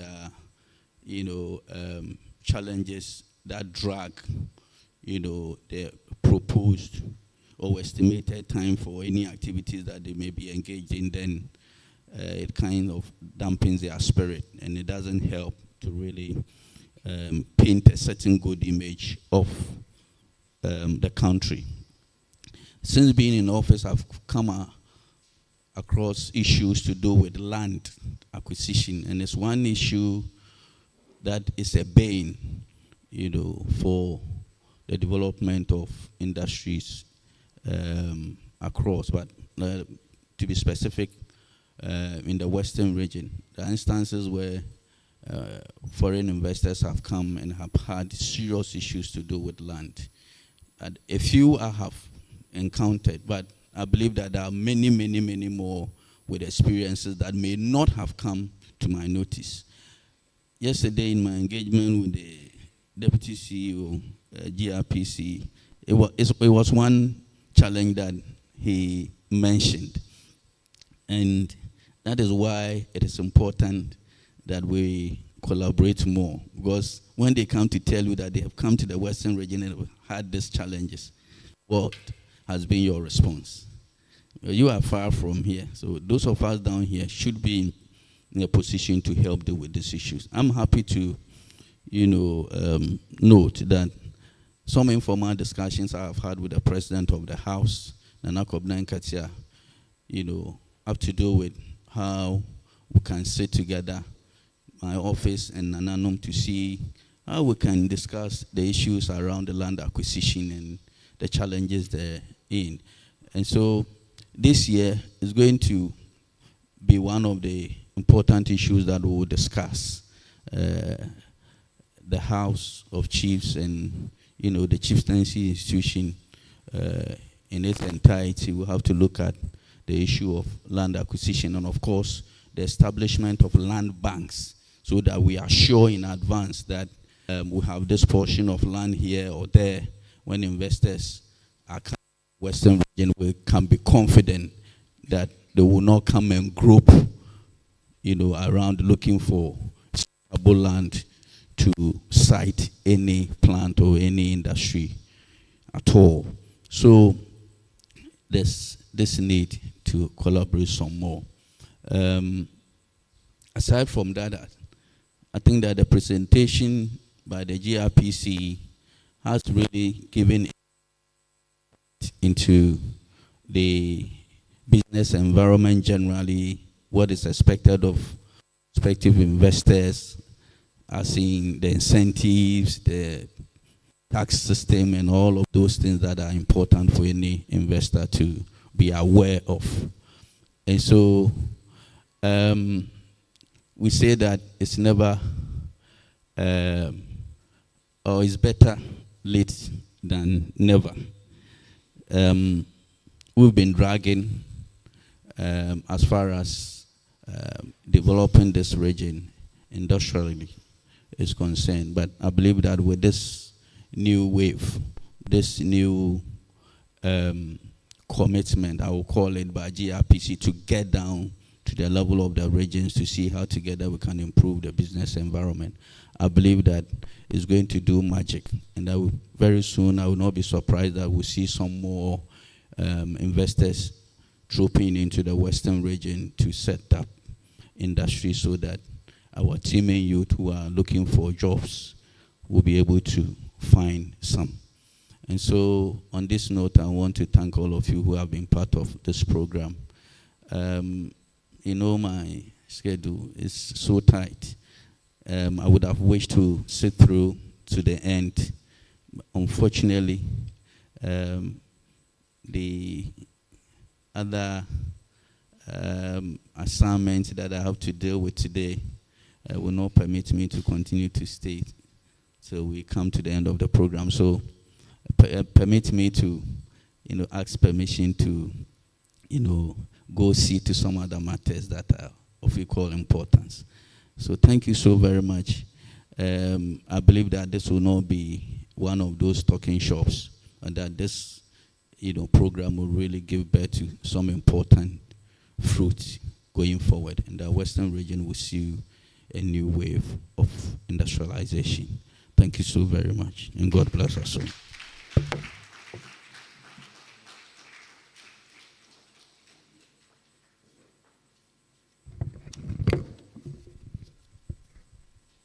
Thank you very much, Honorable Minister, for those warm remarks.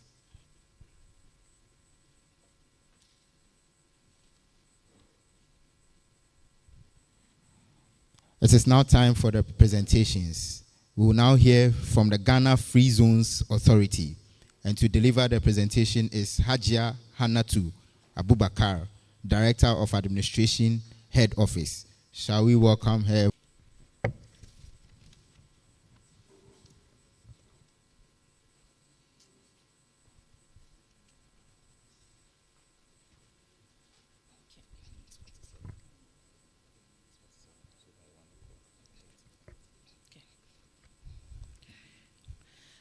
Mr. MC, Mpocho Medawase. Nananum Nana Kwabnanketia the fifth, Omanhin of Iskado traditional area. Nana we see Ajimba Discove. Board Ajimba Discove. Board chairman of Ghana Investment Promotions Center. Ghana Investment Promotions Center. Mopahwane Chow. Ma babo poe Western region eze. Maka mfante kakra. Mfante amenyi mno maka. Nta na emo mutu maka mfante. Inti mizinchia surunku. Ms. Ifimi Chief Executive Officer, Dr. Mary Ewuzi, Ms. Brown Iriabiri, Bochame America Sa, were from Hajia Hannatu Abubakar, Director of Administration, Mowa Head Office. Now, Mowa Western Region, Mbeya Western Regional Manager and Director from 2017 to 2025, in Timizi 8 years, Watakrade. Mark and the Marian. Na nanom na board chair na mpanyimfo a wɔahyia mu wɔ ha mo hɔ na ha wɔgyema ahene wa bɔchɔ me da hɔ na ase me da GIPC was in nhyehyɛ soronko bi ahyehyɛ do a ɔnam ɔno di nti wa ma wetum da membra na membra mbɛgyina Ghana Free Zones Authority one name Madase. Mark and the Mariano, Bocho Morocco, my presentation, no do. Na mestre, na maka brofu. Odri baby, my son is infansano, Mazashi Shaduna, Maza conclude.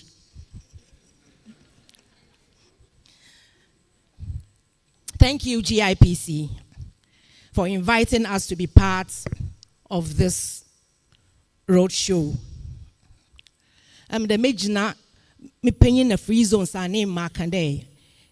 Free zones na GIPC, na Ghana Export Promotion Authority. Ye nuanom. Minyim samanka de 3 sisters and other 3 brothers. Ni nyina ye. Ofi there say investor bi ba free zones. No baba ye enquiries. Obisa hen. Nzama obotum wa ye wo Ghana. Na ye hwe na se nkomodi no mu no ye hu de. Onye exports led investments no ba be ya. The oba dan Yanenzama ye war wa add value na wa exports, especially the export bits. Maya yanende yesonin sim. Ya free GIPC. So yeah about non-traditional export so ya free Ghana Export Promotion Authority. Na yeze investor no yeze na akoho. Na ya akwa akedi nkita ho na nara we tum we hu ekwana order offer so that ya mislead investor bia. So Ghana's Free Zones program is an institutional framework, a legal regime that allows businesses to locate their companies, businesses both local and international, emphasis on local, to locate their businesses in Ghana, using Ghana as a focal point to produce and manufacture for exports by taking advantage of the West African sub-regional markets, the entire global marketplace, and then more especially and importantly, the African Continental Free Trade Area markets. A lot has been said by GIPC. So, by way of introduction, the regime has been designed to promote the processing of goods and services for exports, and the whole of Ghana is accessible to potential investors, which means you don't necessarily have to be on our enclaves or any of our land banks to qualify as a free zones enterprise. And interestingly, in the Western region, all the free zones companies we have, all the licensed free zones companies we have, none of them is on any of our enclaves. They are all scattered around central, western, up to the western north. There is none on our enclave. We have companies on our enclave, but are non-free zone companies like Wankan, Jintao, Dangote. They are not free zone companies, but they are in our enclave. So it is regulated by an act of parliament, and to be a free zone, a licensed free zones enterprise, you must at least export 70% of your annual production, and 30% may be permitted to be sold on the local markets. We have 4 areas of operation. That is manufacturing, services, developers, and commercial. So we issue licenses for these 4 operations. These are our priority areas: textile, apparel manufacturing, information communication technology, metal fabrication, seafood processing, pharmaceuticals, agro-food processing, among others.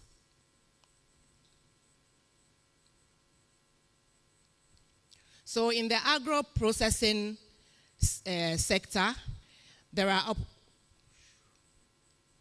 opportunities for the production of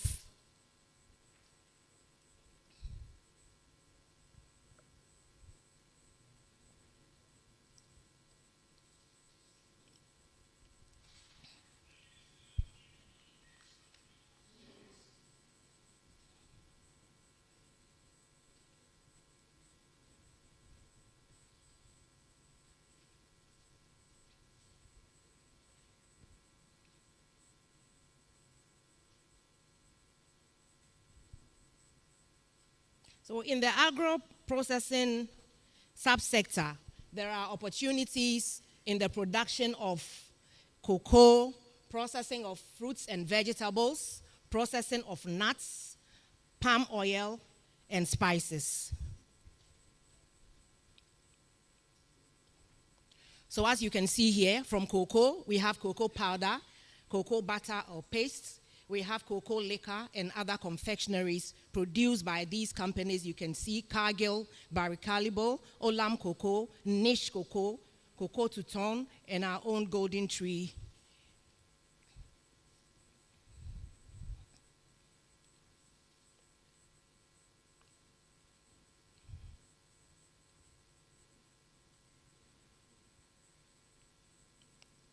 Okay. There are also opportunities for the production of fruits and vegetables, in the processing of nuts. You can see pineapples, banana, mango, and orange. Okay. The processing of nuts, amongst others. So we have nuts such as cashew, shea, coconut, and then palm oil. There are also opportunities in the processing of seafood. In the manufacturing and industry subsector, excuse me.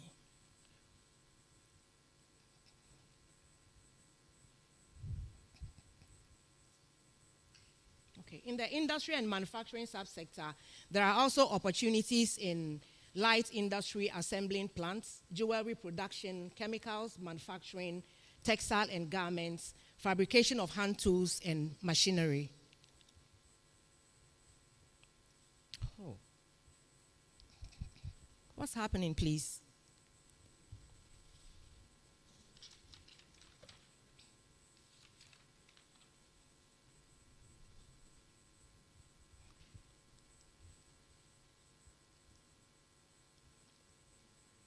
What's happening? Will you change it? Okay, so let's come to the incentives. The free zone offers businesses both monetary and non-monetary incentives. So with monetary incentives, we have 100% exemption from the payment of direct and indirect duties and levies on all imports for production and exports from the free zones. 100% exemption from payment of income tax on profits for 10 years, after which it would not exceed 15%. Most importantly, at least 70% of annual production of goods and services must be exported outside the free zones. For non-monetary incentives, we are looking at some bureaucratic relief from various bureaucratic restrictions and statutory requirements. We have minimal customs formalities. There's no import licensing requirements. And there are no restrictions on repatriation of dividends or net profits. Businesses also have no restrictions on the payments for foreign loan servicing. Now, how can local enterprises participate in free zones? There are so many ways. Local enterprises can be suppliers of goods and services, and then free zone to free zone transaction is considered also as exports. So a free zone company can have another free zone company producing, let's say, boxes or packaging materials, and that is also considered as, and supplying to the free zone company, that is also considered as exports. There are also outsourcing opportunities. So these are all ways where local enterprises can participate in free zone enterprises. They can package, they can do maintenance work, transport and logistics, haulage. All these are considered as free zone operations. Okay. The free zone has 5 land banks. Because we are in the Western region, I'll start with the Western region. We have 1,600 acre in Shama, Yabil. We also have a land bank in Sekendi, which covers Eno, Eshim, Impinton, and Sofukrum. We also have the Tema Enclave, which is our flagship. And currently we have Afienya Exports Processing Zone. We also have 1,099 acre land in Greater Kumasi, Buankra Inland Ports.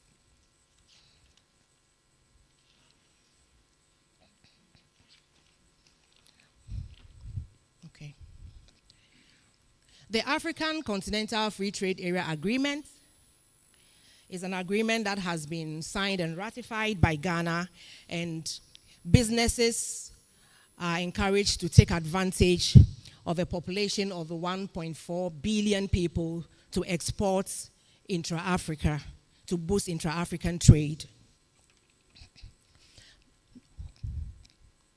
These are other trade agreements that Ghana has with other countries. So we have the Ghana-UK Trade Partnership Agreement, Africa Growth and Opportunity Act, AGOA, and then the Economic Partnership Agreement.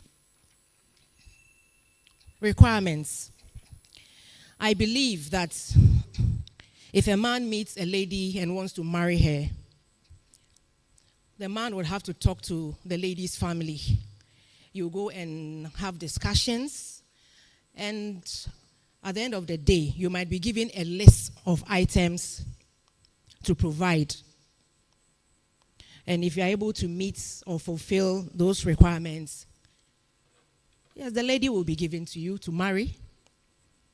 There's an interesting story that is akin to this, but I think the MC said I had 7 minutes, so I will skip that. If he gives me 2 minutes after my presentation, I would tell that story.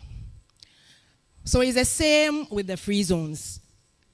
Before you are given a license to operate as a free zones company, see, these are the requirements, the documents that you have to present to the free zones. A business registration. You must incorporate a company in Ghana with a register of companies. You should buy application forms of $260, but then you can pay it in cedi equivalents.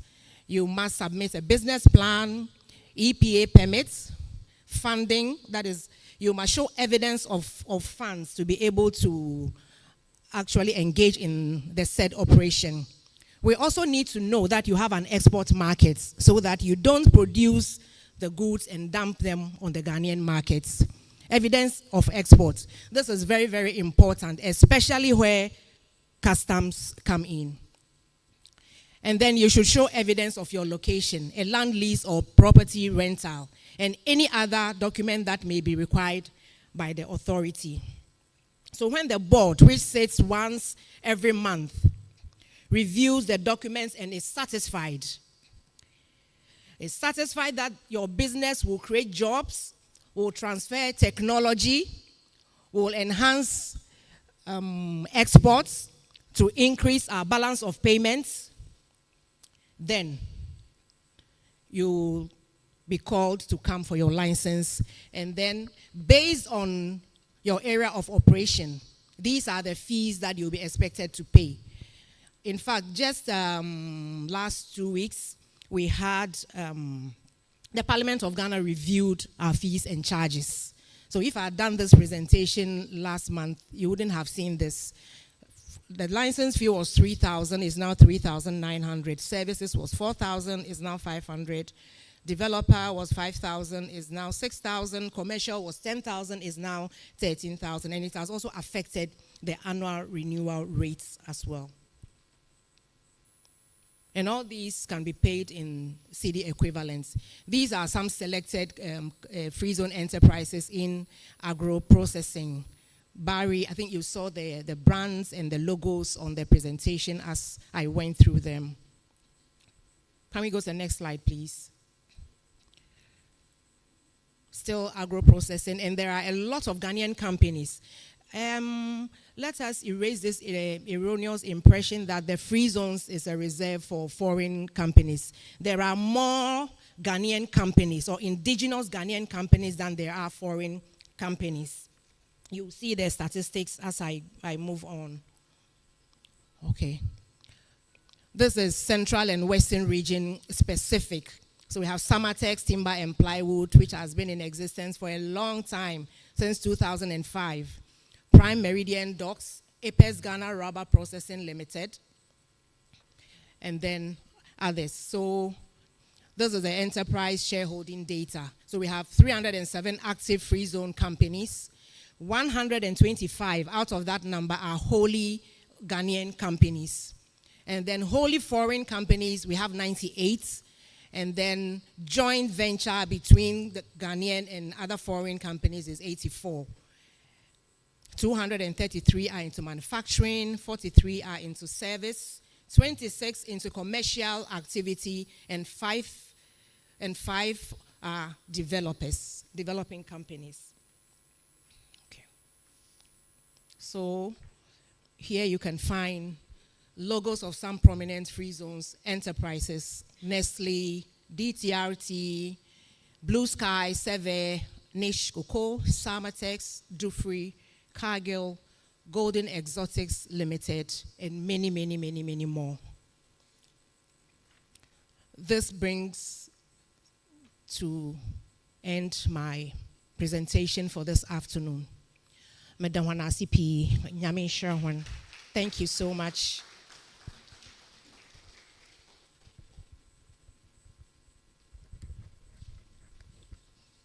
Thank you very much, Haja.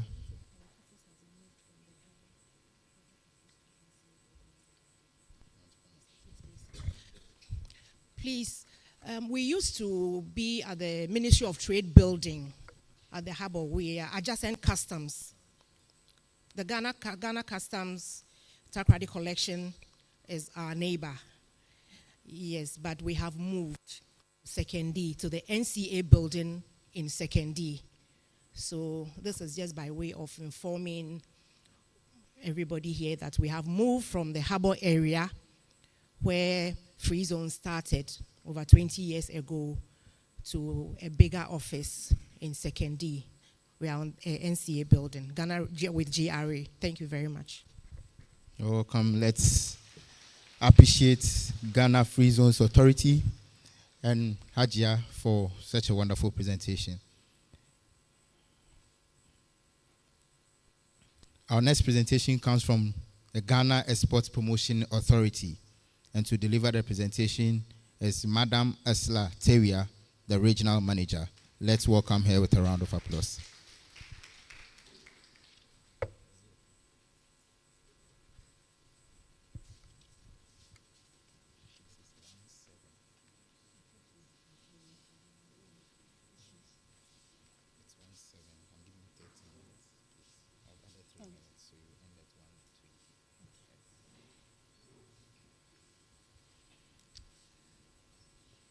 Good morning. Nananum. Board Chair, please permit me to stand on the existing protocols. My name is Ursula Tewia. I'm doing this presentation on behalf of my CEO, Mr. Francis Kwartin Atta, Esquire. So the Ghana Export Promotion Authority is a national export trade support institution, and our mandate is to facilitate, develop, and promote non-traditional export products. It was established in 1969 by an Act of Parliament, Act 396. Our focus primarily is to diversify traditional export product into non-traditional export product. In essence, we are talking about value addition. So when you take cocoa beans, for instance, cocoa beans is a traditional product, but cocoa product falls under non-traditional export product.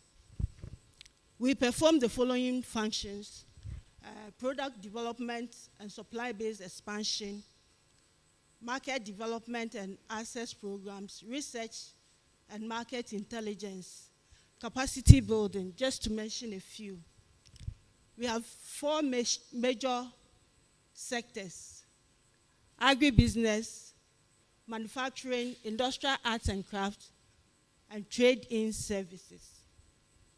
We work actively with 24 product associations across industries.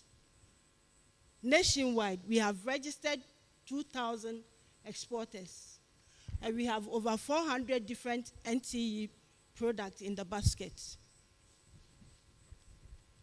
We are represented in 9 regions. And we work closely with attaches and our missions in various key strategic countries. And this is the map.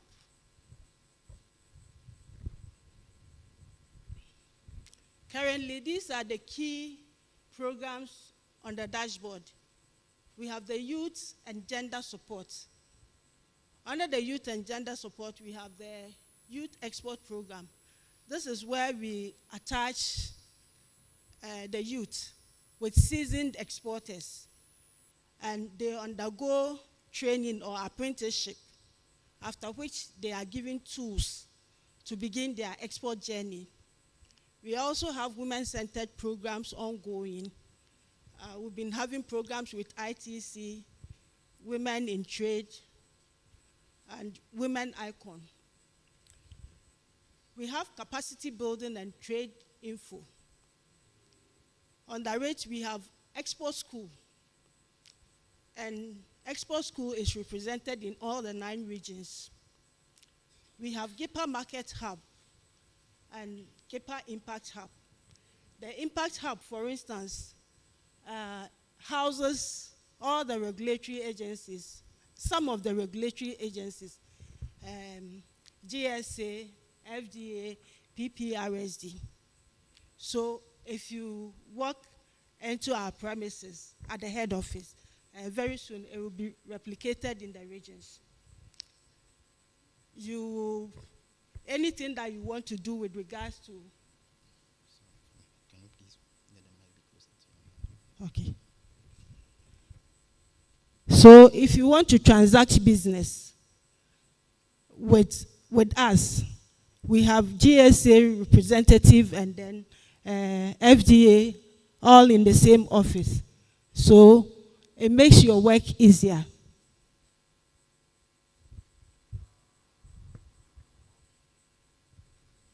Then we have strategic interventions. We have the export trade houses. Currently, the Kenya one is operating. The next that should have been launched is South Africa, but it is undergoing venue or location changes.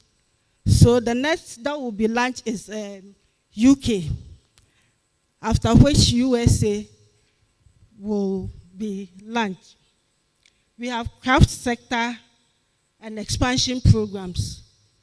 Under this, support is being given to the craft industry, and it started in Eastern region and will trip down to all the regions. We also have the supply-based expansion project.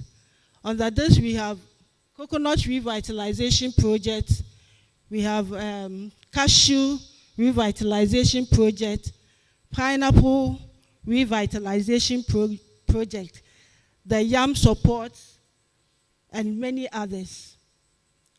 Then we have the market access and other supports. The market access is where we take businesses or SMEs or potential exporters to international fairs and also to missions for them to source for markets. So again, under the supply-based expansion, as I indicated, these are the ongoing projects.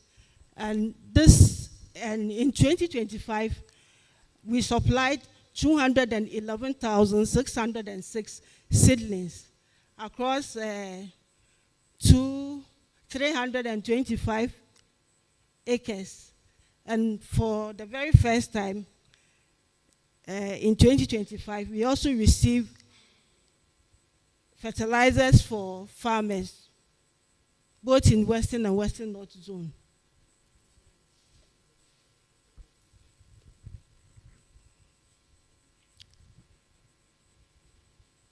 This is export potential for potential assessment for Western region.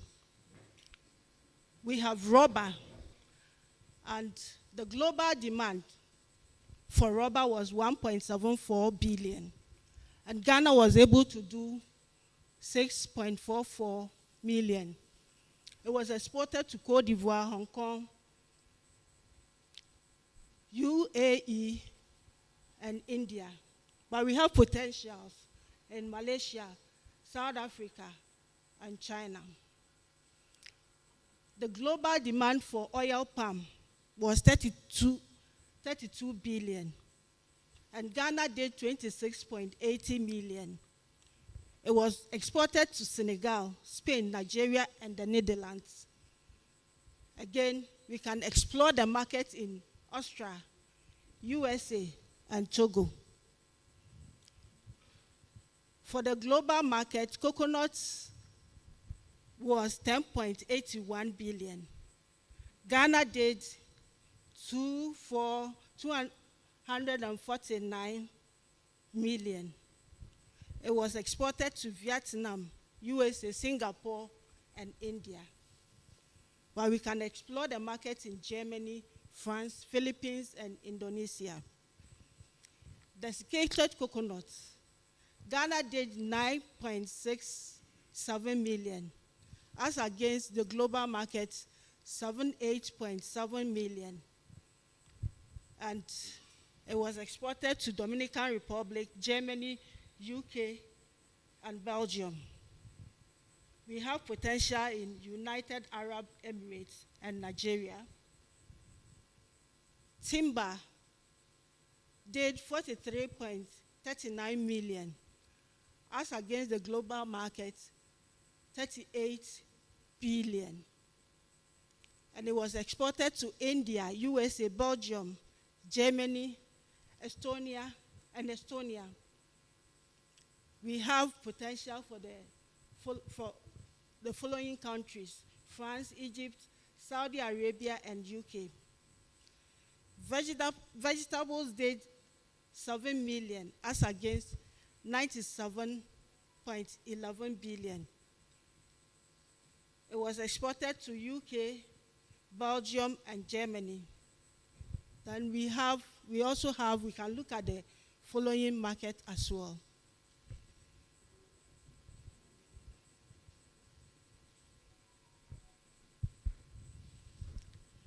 So for the 14 districts that we have in Western region, these are the products that are dominant, and investors can go into it.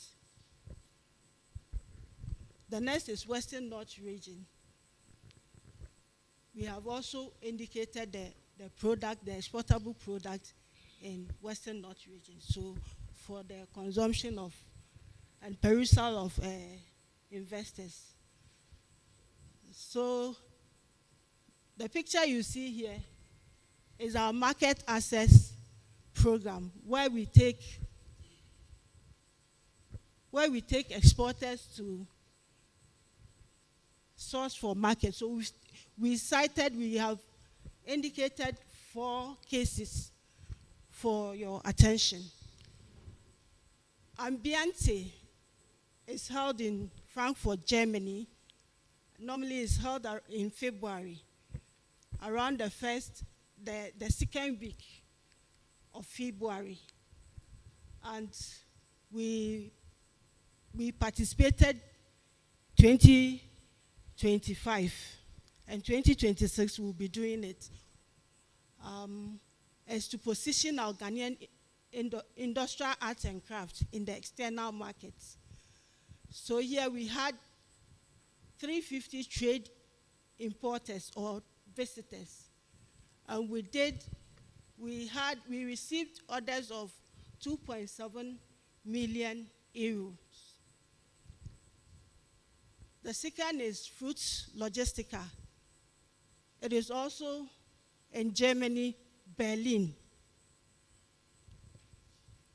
and it's also held in February.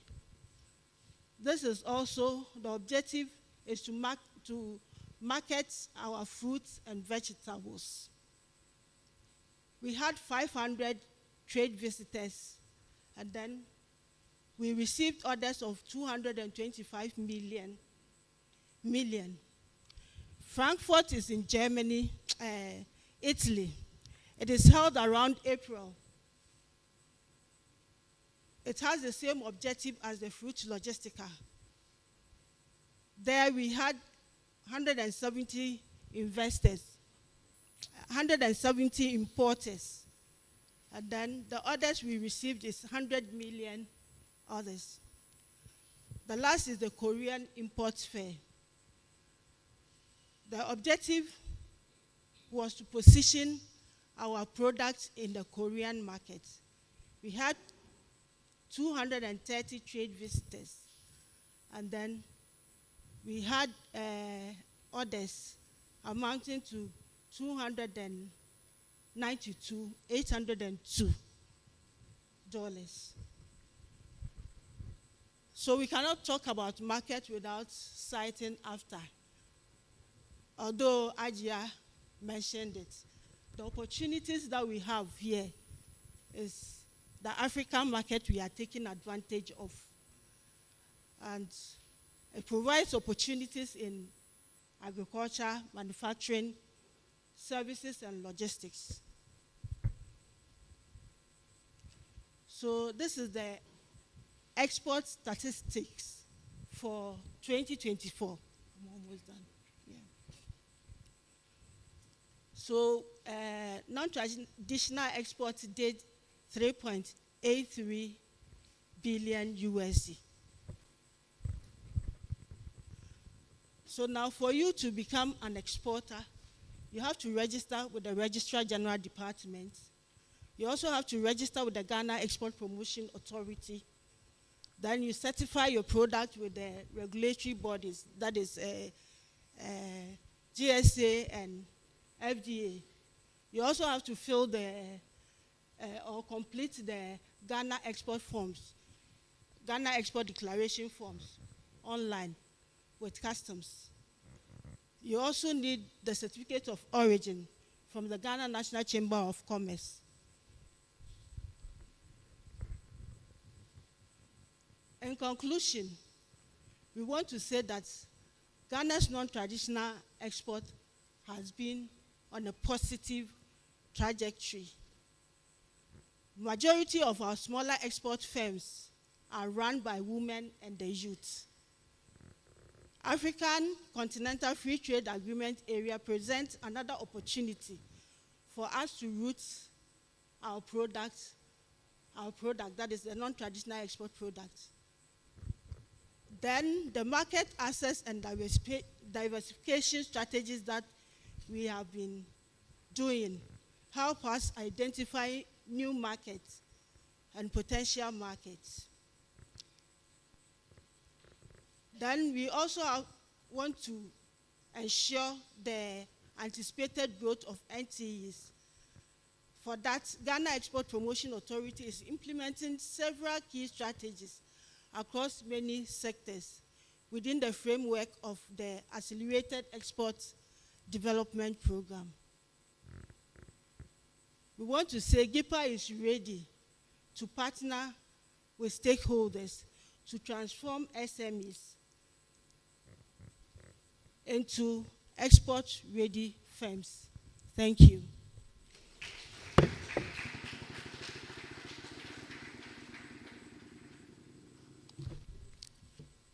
Please, let's give a round of applause.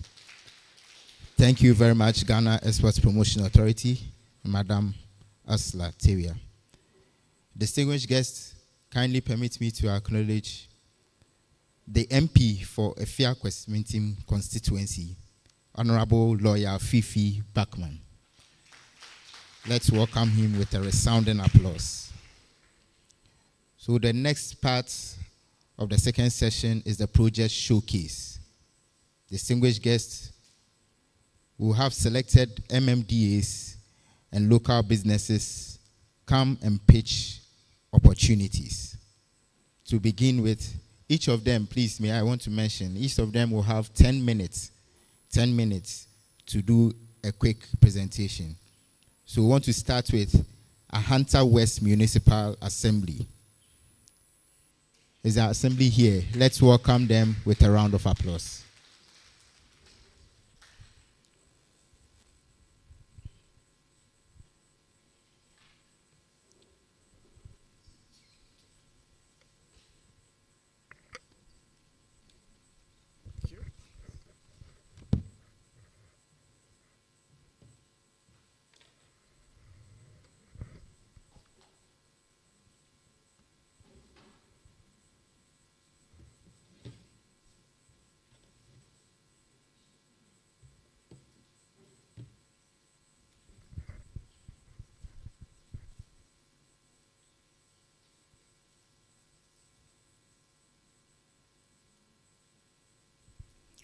Thank you very much for the opportunity.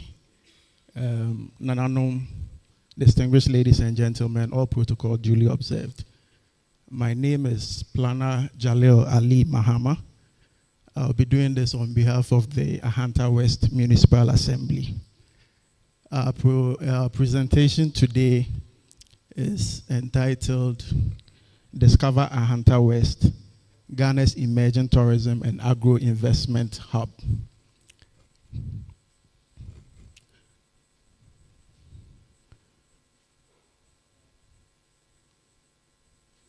Ahanta West is a coastal municipality within the Western region. It is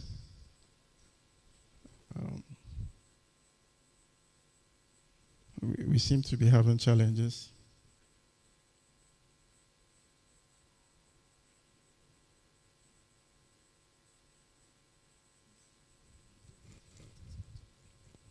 Yes. Yes. We are a coastal municipality within the Western region with very close proximity to the Takoradi port. In fact, within 30 minutes from Ahanta West, Aguna-Nkwanta, our district capital, you should be in Takoradi. We pride ourselves as the gateway to tourism, fisheries, agro-processing and logistics within the Western region of Ghana. We have a growing youthful population, an expanding market, strong support from our traditional authority, and I'm glad that Nana Kwesi Agyeman is here with us today. And politically, we have a stable political economy, investor-friendly municipal assembly, and it is led by the Honorable Ebenezer Eidu, who will be joining us very soon. In terms of the existing land users, you would realize that the total land area of the municipality is about 591 kilometers square, of which about 70% of it is undeveloped. So we have about 350 kilometers square of arable land available for development to investors. And this translates to over 20,000 hectares of land for commercial, agriculture, and agro-industrial uses. So when you look at all the green areas, those are the areas that are undeveloped within our municipality. And the pink areas along the coast are the tourism areas that we also hope to leverage on. And as I mentioned, we pride ourselves as the gateway to tourism within the Western region.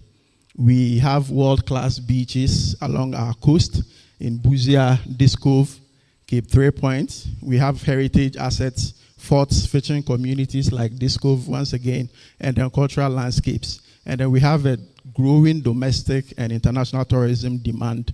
In fact, annually we have a festival called the Asabako Festival that draws in a lot of people from across the globe. So there are opportunities in resorts and eco lodges within the municipality, cultural and heritage tourism, and hospitality services.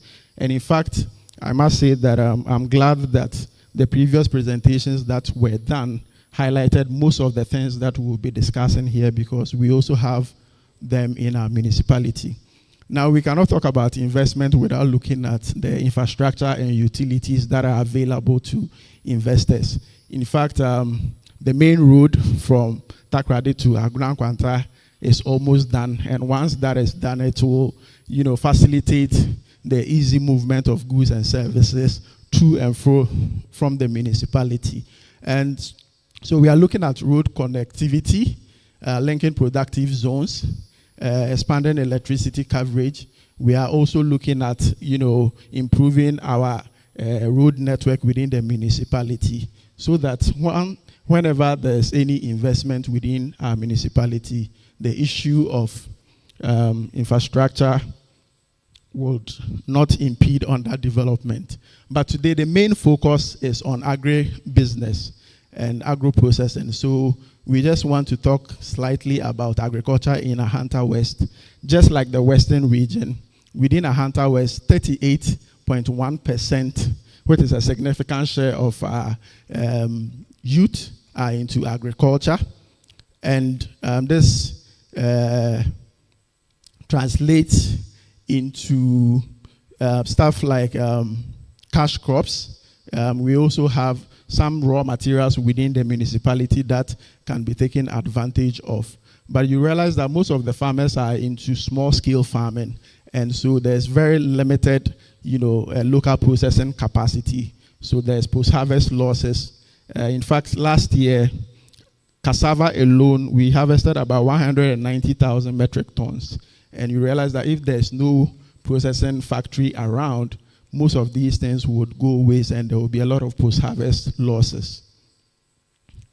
Now, in terms of the viable crops that do very well within our municipality, cassava is one of them. We also have oil palm. We have coconut because we're a coastal municipality. We also have rubber in abundance. So if you come to the Apimenim area towards Takwa, you realize that there's a vast rubber plantation along those lines. We also have maize, cocoa. Vegetables are also doing very well within the municipality, and then fruits and vegetables.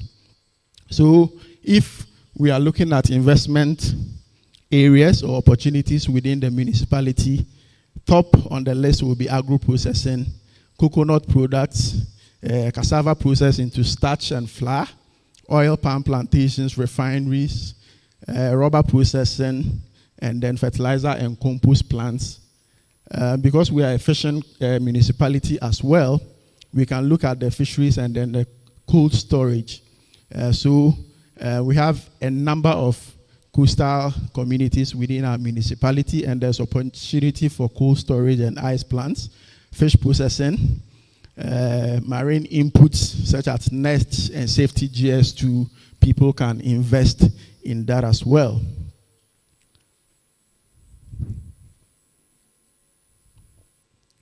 Then the tourism that I spoke about, we have beautiful beaches along the coast.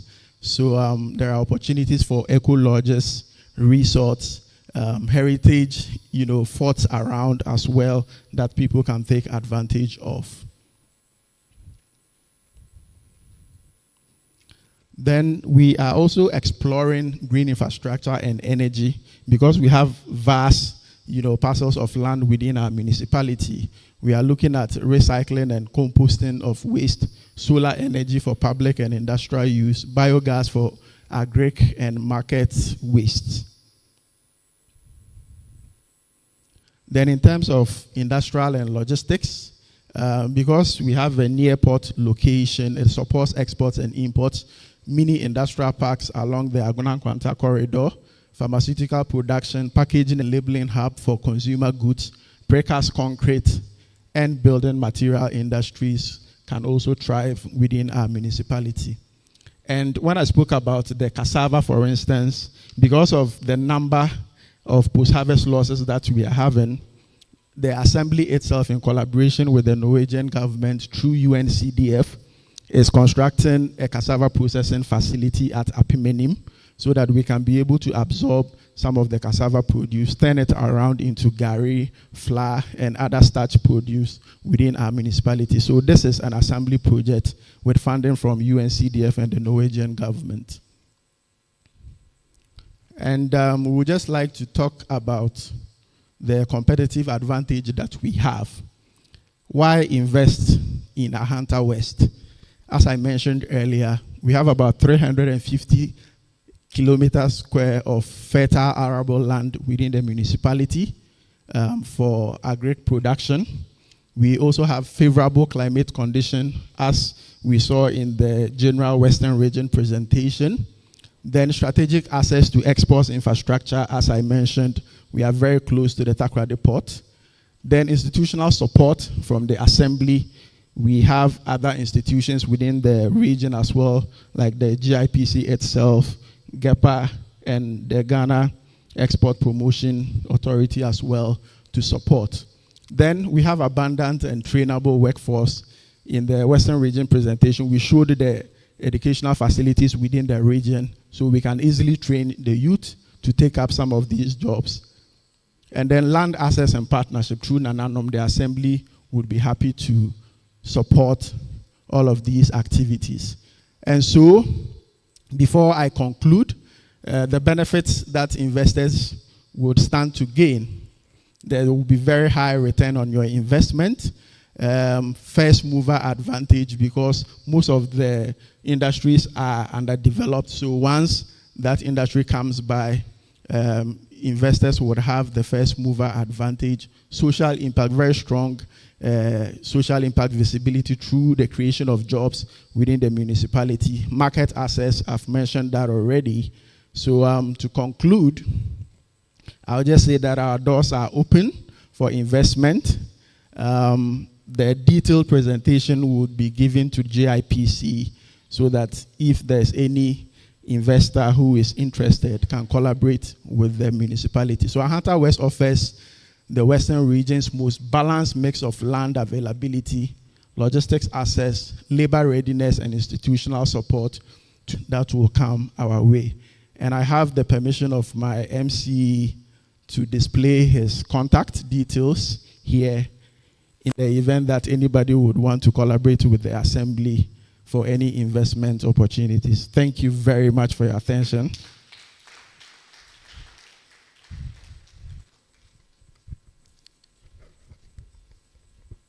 Thank you, Ahanta West Municipal Assembly. Distinguished guests, kindly permit me to make a brief correction. Earlier in acknowledging Honorable Fifi Bachman, I mentioned an incorrect constituency. He is the Member of Parliament for Kwesimintim constituency. Let's do it. A round of applause for him. Thank you, Honorable. So next is Shama Municipal Assembly. Shama Municipal Assembly. Please let's welcome them with a round of applause.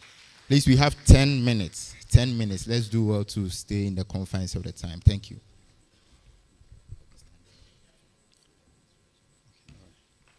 Good afternoon, Nananom and Board Chair. I would like to stand on existing protocol to make my presentation. I'm Inu Sawuni from Shama District Assembly, and I'm doing this presentation on behalf of my director. I'm glad that my Honorable DC is also seated here watching me. So we all know one notable thing you can notice about Shama is the gateway to the Western region. If you're not coming by flight and you are using the road, Shama is definitely the road to Western region and the gateway to Western region.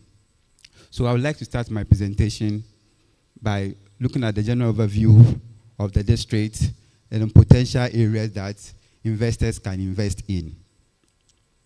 So the district overview. Shama is noted for its to be a coastal area. So Shama is located. Shama district is a coastal district in Ghana, and it's Shama as its capital.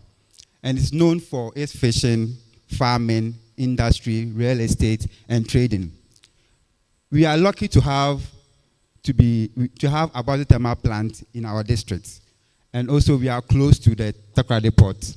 Shama has a population of over about 127,000, and it has a very strong investment potential in agriculture, tourism, energy, real estate, and industry. Key sectors to invest in. So when you look at agriculture, investors can invest in coconut farming, cassava, fishery, and aquaculture. We can also look at the tourism aspect. Since Shama is found in the coastal area, most of the beaches, one area an investor can look in is beach resorts. Beach resorts. We can have beach resorts at Shama. We also have a strong cultural heritage that we can also leverage on. We also have festivals that we celebrate that can bring in foreigners and also neighboring visitors to come and enjoy. Because of its proximity to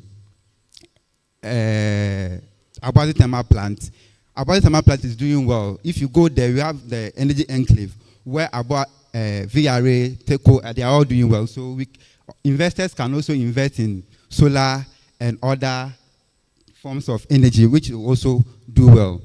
So when you look at the agricultural potential and value addition, we can have a cassava processing plant in the district so that post-harvest loss will be the thing of the past.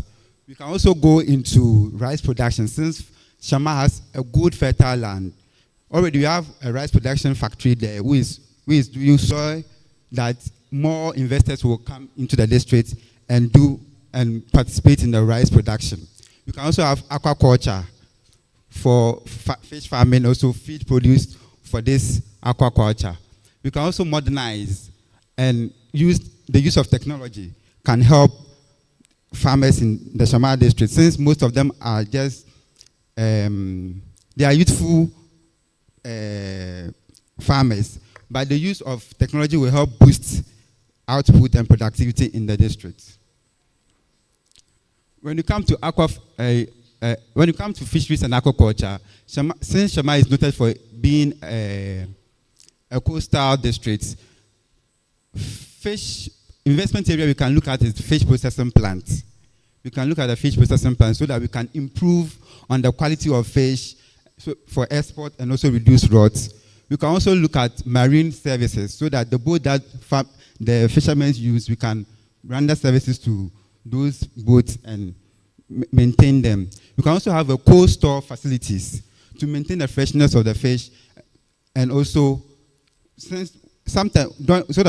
the closed seasons, we can still have some fish to depend on and also sell to both local and international markets. Another area we can also look at is salt mining. Since we all know that salt can be extracted from the seawater, investors can also venture into salt mining in the district. Construction, we all know that the country and Western region, for instance, is undergoing development. And we can't develop without using stones or quarry stones and clay. When you come to Shama district, we have numerous of quarry stone companies there. And these quarry stones export to neighboring districts to help in their construction of road and other building facilities. We also have clay mining. The clay mining in the district also provide source of raw material to most of the biggest factories in the district. When you come to the industry enclave in the district, we have factories like Keda, who uses the clay as their main source of raw material for their tiles and ceramic productions. So, in the earlier presentation, Free Zone made clear to the house that they have an area for light industry. When you come to Shama, you are sure that there are lands available for these industries to thrive. When you come to tourism, we can also, there are areas you can also venture in. We have the Fort San Sebastian at the heart of Shama, and we are calling on investors to come in the form of renovating the place and also museum development. And another area is the coastal areas along the beaches. We can build some beach resorts there so that we don't have to travel long distances to. My previous presenter said they have beaches and resorts at Anta West, so that people will not move that way but still stay in Shama and enjoy our beach resort. We also have cultural events, which is community-based event that most community, like we have some special festival in Yabio that they celebrate. So we can leverage on that.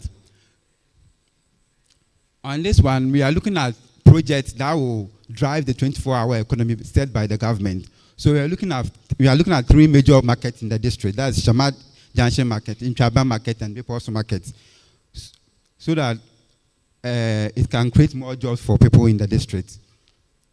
We also have support for investors. So if you're an investor, don't worry, just come. When you come to the district, GIPC is already mapping out some potentials in the district. And also we have government support like the tax breaks, which was already explained in the previous presentation done by my predecessor. And we also have land access. When you come from an aerial view of Shama district, you can see Shama is very green. It means there's a lot of land available for both development and for infrastructure support too. When it comes to connectivity, we have road linking Shama to neighboring towns like Dabuase to Takrade, everywhere. You can also have access to the ports. That's why Keda, for instance, is able to transport to different countries through, since from Shama to the Takrade port isn't that far, they're able to transport using the Takrade port. Utility, for utility, we have Ghana Water system in our district. We also have the Abuase thermal plant in our system. So proximity to utility is not an issue to worry about. Okay. We have some challenges that investors may come across. One is coastal erosion. In as much as I'm advocating for people to come build around the beaches, we have issues with tidal reefs around Auna Beach. But it's also an opportunity for investors to invest in coastal protection. So investors can do sea defense. It's a form of investment, so they can also venture into that to help. We also have environmental regulations. Previous presenters made presentation where you could see when you want to invest, there are some issues about environmental regulation that you have to comply. It can be a challenge to some investors. We also have community expectations. Some communities may put pressure on new investors to help them with their CRCs, which may put some investors away, but it's a challenge that we can come across when you come to the district. We also have bureaucracy and governance, delay in approvals. During the presentation by the GEPA, you can realize that there are a lot of procedures one has to go through in order to get approval, to get a land, or to even start a business. So that one too can be a challenge to investors. And also infrastructure gaps, that rural areas also require initial investment. Some roads may be unmeasurable, so it may require that the government may have to do initial investment into those areas. That will also be a challenge to investors. In concluding, I would say that Shama has opportunities, and the opportunities ranges from agriculture, tourism, energy, and real estate. And the strength is our strategic location close to the port, so that export and import won't be a problem for investors. Also government support, such as the tax reliefs and other. And we are also endowed with natural resources that are like stones for quarry services and also the clay for other industries. There's also a call for action for investors to come together and try to explore other places to help place Shama in good books of investors. Thank you.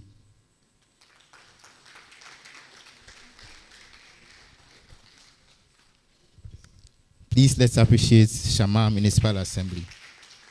It's now time for local businesses to pitch their opportunities. We want to begin with His Majesty Place Farm and Agro-Tourism. Let's welcome them with a round of applause. Please, for the sake of time, we have reduced the presentation time to 8 minutes. Thank you.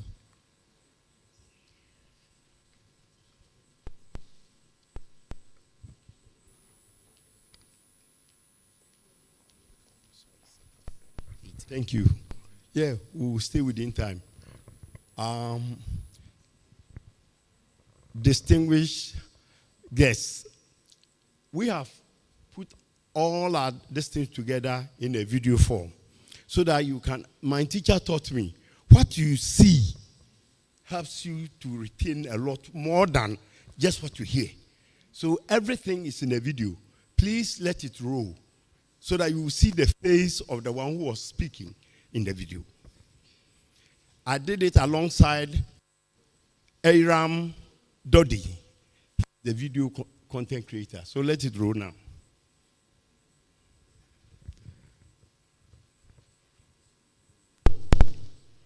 Of the GIPC, representatives of the 24-hour Economic Secretariat, and fellow investors, distinguished officials of the GIPC, representatives of the 24-hour Economic Secretariat, and fellow investors. The Western region is often celebrated for what we can extract from its grounds, the gold, oil, and the timber. But today, I am here to talk about preservation as the new profit. I represent His Majesty Place Farm and Agro-Tourism in Western region. We manage about 200 acres of virgin forest and high scientific organic farmland. However, we stand at a crossroad.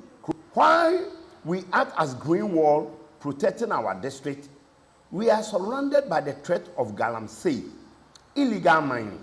Illegal mining doesn't just destroy the soil, it destroys the future of tourism. We are here to offer a bankable alternative that proves a standing forest is worth more than a mined pit. We aren't just a farm, we are a destination. Currently, His Majesty Place Farm and Agro-Tourism offers a canopy walk, giving tourists a bird's eye view of our untouched virgin forest. 134 steps and obstacle courses catering to the growing fitness and adventure for the tourism market. Canoe rides and hiking, immersive nature experiences that bridge the gap between urban life and our natural environment. We have the land, we have the attractions. We were the 2019 and 2023 best farmers in the Western region.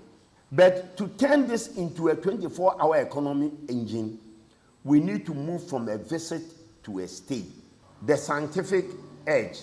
Our secret sauce is what we call scientific organic farming.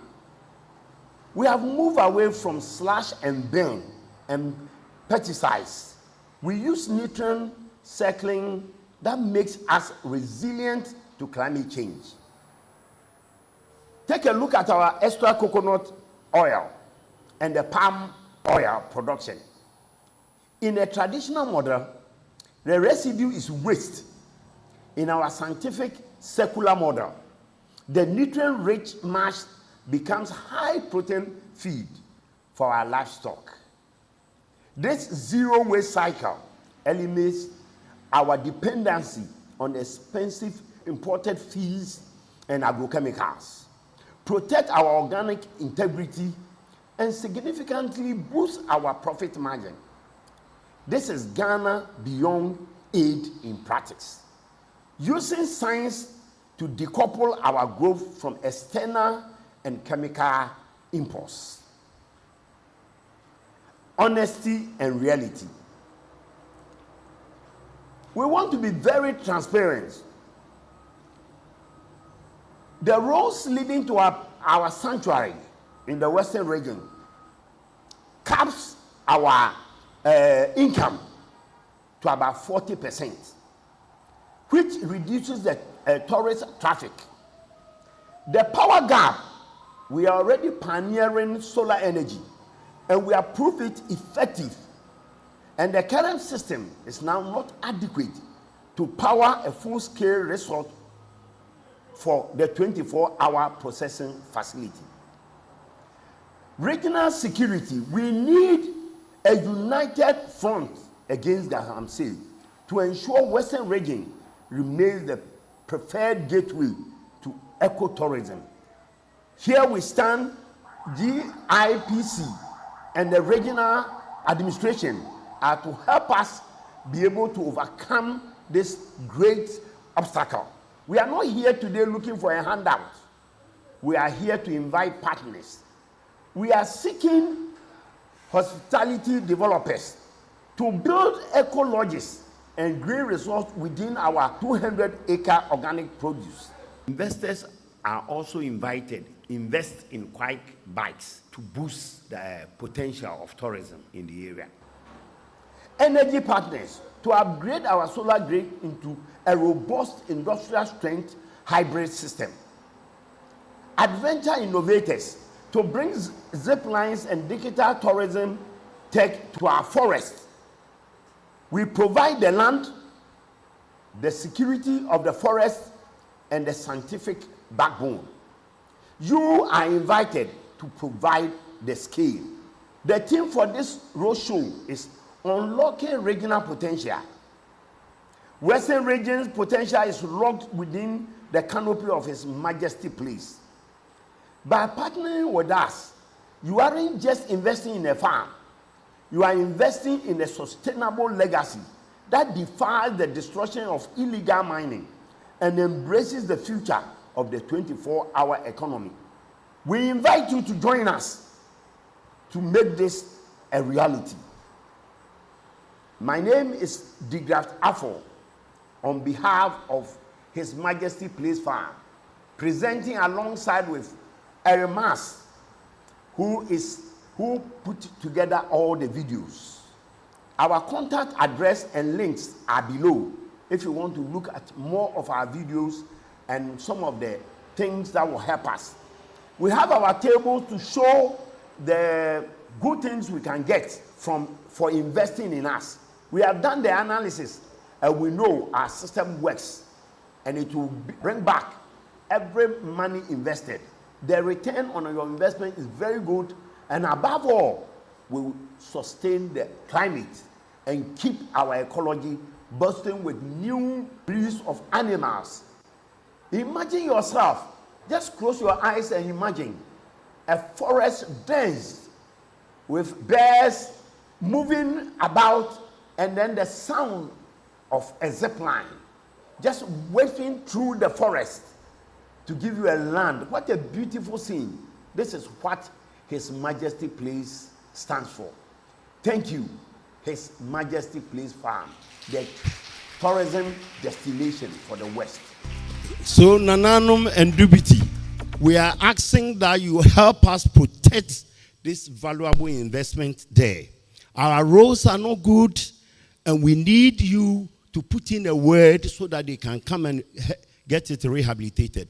The electricity was extended and left out from our place where rather the potentials are.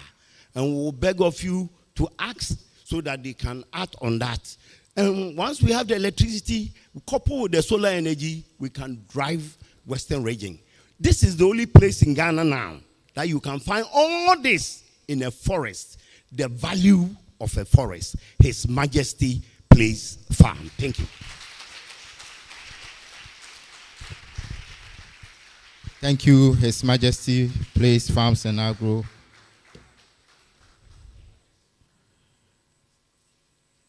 Distinguished guests, kindly permit me to acknowledge Honorable Engineer Ebenezer Kofi Edu, MCE, Ahanta West Municipal Assembly. You're welcome, sir. It's time for the last presentation. We'll have Dress Up College. It's your time. Kindly do well to do this presentation within 5 minutes for us. Thank you very much. Please let's welcome him with a round of applause.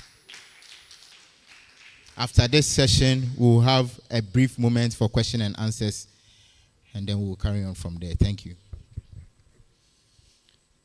Thank you very much. Kindly permit me to stand on the existing protocols so that all of us can move from here.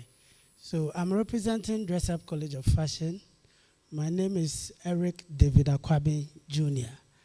And as all of you already are aware, Dress Up is a fashion skills training institution accredited by CityVet.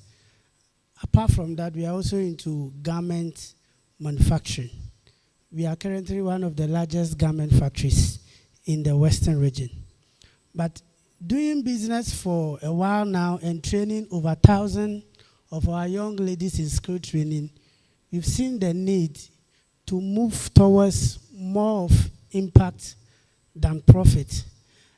Initially, when I was hearing of impact, I thought impact is just helping. I didn't know there is profit in impact.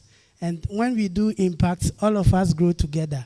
And mostly, the informal sector has been neglected. When I look at the presentation from GIPC and the other, I realized that the GDP of the Western region I was not really seeing the informal sector. However, according to Ghana Statistical Service, 80% of jobs in Ghana is from the informal sector. So they are saying 92.3% of business in Ghana remain in the informal sector. So if you want to do investment in Western region, then and you want to create jobs, then one of the areas you should look at is the informal sector. Next slide for me. Yeah. And if you come to this informal sector, we have a whole lot of associations. Sincerely, this is our way of formalizing the informal sector, because we are not just scattered. We are in groups, from tailors and dressmakers, garments, apparel manufacturers, hairdressers, to detergent manufacturers, private TV institutions. All of us are in groups. And if you want to find us, you can reach all of us through the groups that we represent. Next slide. Yes, apart from fashion, we also have the engineering groups, the garages, the welding and fabricators. All of us are there. Kindly skip the other slide for me. Skip the other slide for me. Skip it. I want to be fast. Now let me waste some little time here on some of the challenges that we are facing. And the first one is the lack of appropriate equipment and technology. This one, we learned it when we were young in school. When I was in the JHS and the SH, we learned lack of equipment. But I want to find out what the country is doing in solving this age-old challenge that has been facing us. If you visit the garment shops, and you see the kind of machines we are using to produce our garments, and you see Ghana Investment Promotion Center and Ghana Export Promotion Authority wanting to promote our made in Ghana things outside. And if you come and see the kafri kache that we are using to produce these garments, it will amaze you. Despite it being a challenge, there's an opportunity that all of us can make money from. Apart from that, our workshop, the apprenticeship training workshop, and the factories that we are very improvised. We use improvised means to produce. Sincerely, getting a bottom hole done. My bottom hole machine that I bought my bottom hole machine, I think about 35,000 Ghana cedi, just to do bottom holes, the hose. How many of our fashion designers can buy that machine? Fixing buttons, bottom attached machine. You know what we use to fix the buttons? The hand, who can lie? The hand needle. So if your button fray off, please, it's not our fault. We don't have the machines to fix them. Sincerely, one of the major problems we are facing is the limited market. Sincerely, Western region, we don't have markets. Not even a single market. Let me put it that way. And I have a reason.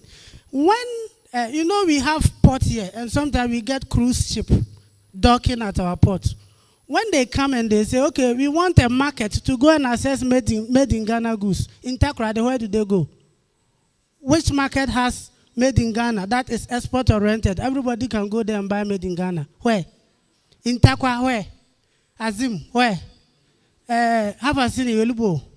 Bogosu Pristia, Asankregwa, there is none.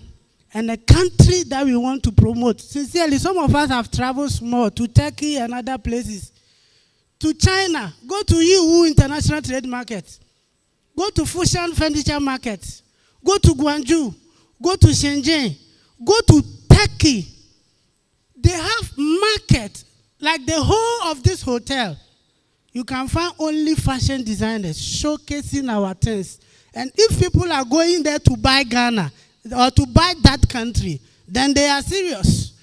But all of us are always talking. A common market where we can go and sell our things. The whole Ghana, we don't have. That is the reality that all of us are facing. Continue. The market continue, but another problem facing us is management and administrative inefficiencies. Sincerely, don't blame us. When we were learning our skills, we focused all our attentions on the skills. So right from JHS or SHS, we went into skill training.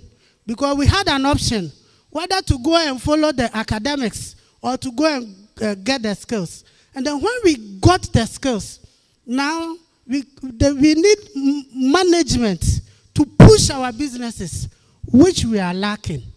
So we want a collaboration, just a collaboration with National Service to serve our small businesses as our managers, our marketers, our HR can revolutionize the informal sector. So you ask yourself, what is the government doing? Kindly go for me. This is my factory. Sincerely, this is my factory. It's in Takrade. If you don't know, this is my factory. It's in Takrade. And kindly go. I want you to get to the go. Go for me. Go for me. Go. And yes. Now, 2 minutes. Yes. United Scale Impact Fund. This is what the informal sector we have come together to do. We are doing automatic mobile money deductions from our phones directly into a fund that if we are able to get about 30% of the kind of machines, that will let our business be efficient.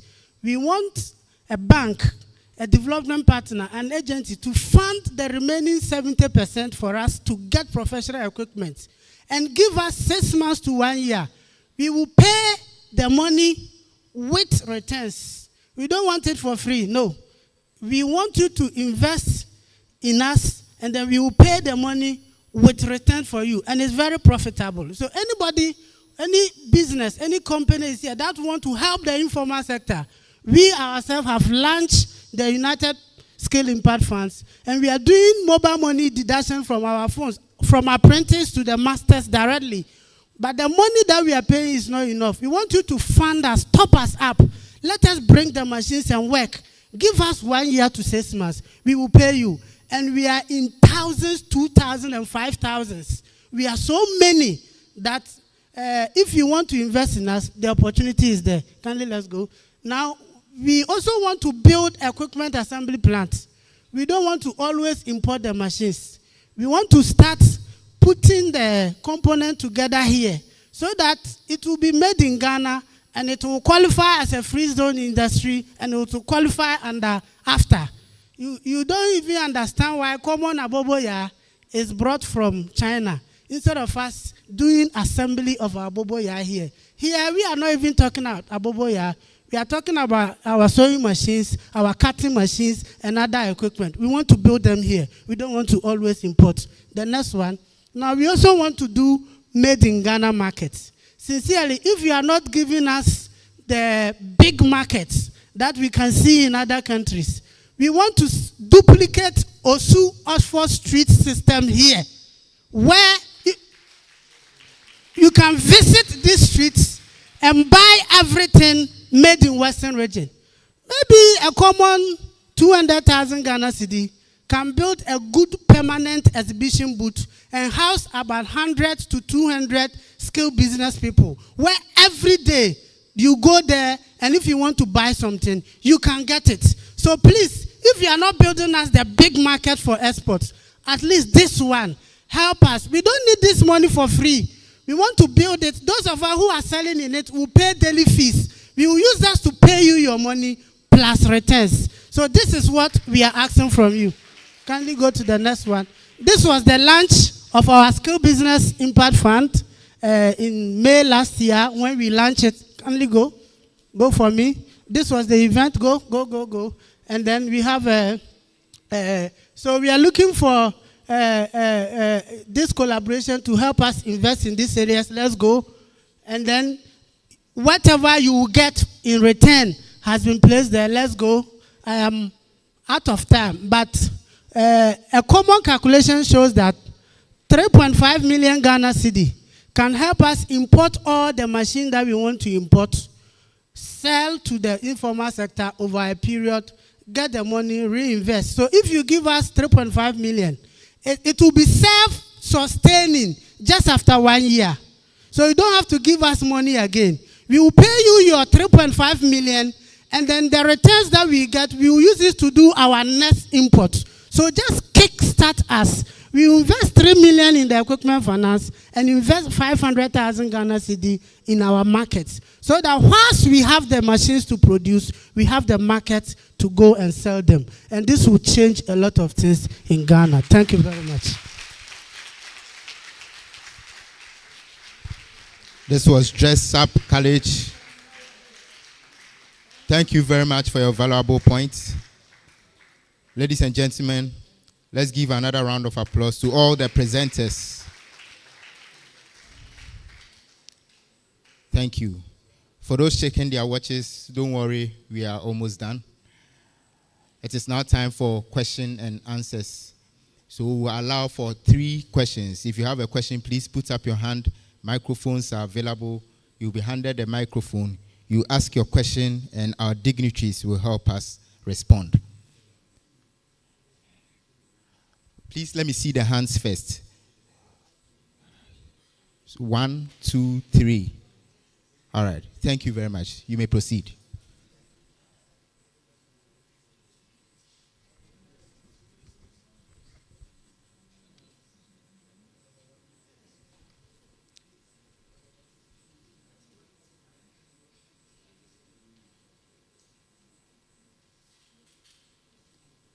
Hello.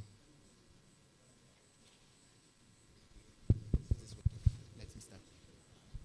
Thank you. Hello. Yeah, my name is Akushika Diaba from Yesley Eyes. Thank you for the opportunity and this great program. To add to what Mr. Akwaben said, and to ask, we are trying to promote made in Ghana goods. We are trying to invest in businesses in Ghana. What I have observed, and other businesses have also observed and shared, has to do with the springing up of foreign supermarkets, like the Melcoms, the China malls, and what have you in Ghana. When you pass everywhere, in Accra alone, you can count more than 5. But here is the case. I'm into production. I'm processing beverages, ice creams, and what have you. You realize that when you approach these malls or supermarkets to stock your products, you'll be amazed that common yogurt that we are producing here is being imported to stock these malls, and encouraging Ghanaians who knows better what is good for our system to buy, instead of them patronizing our locally made products. I'd like to ask, what are we promoting? If you are promoting made in Ghana products, and then someone is having the avenue to sell to the Ghanaians, and is bringing foreign products to sell to us, then how are we promoting ourselves?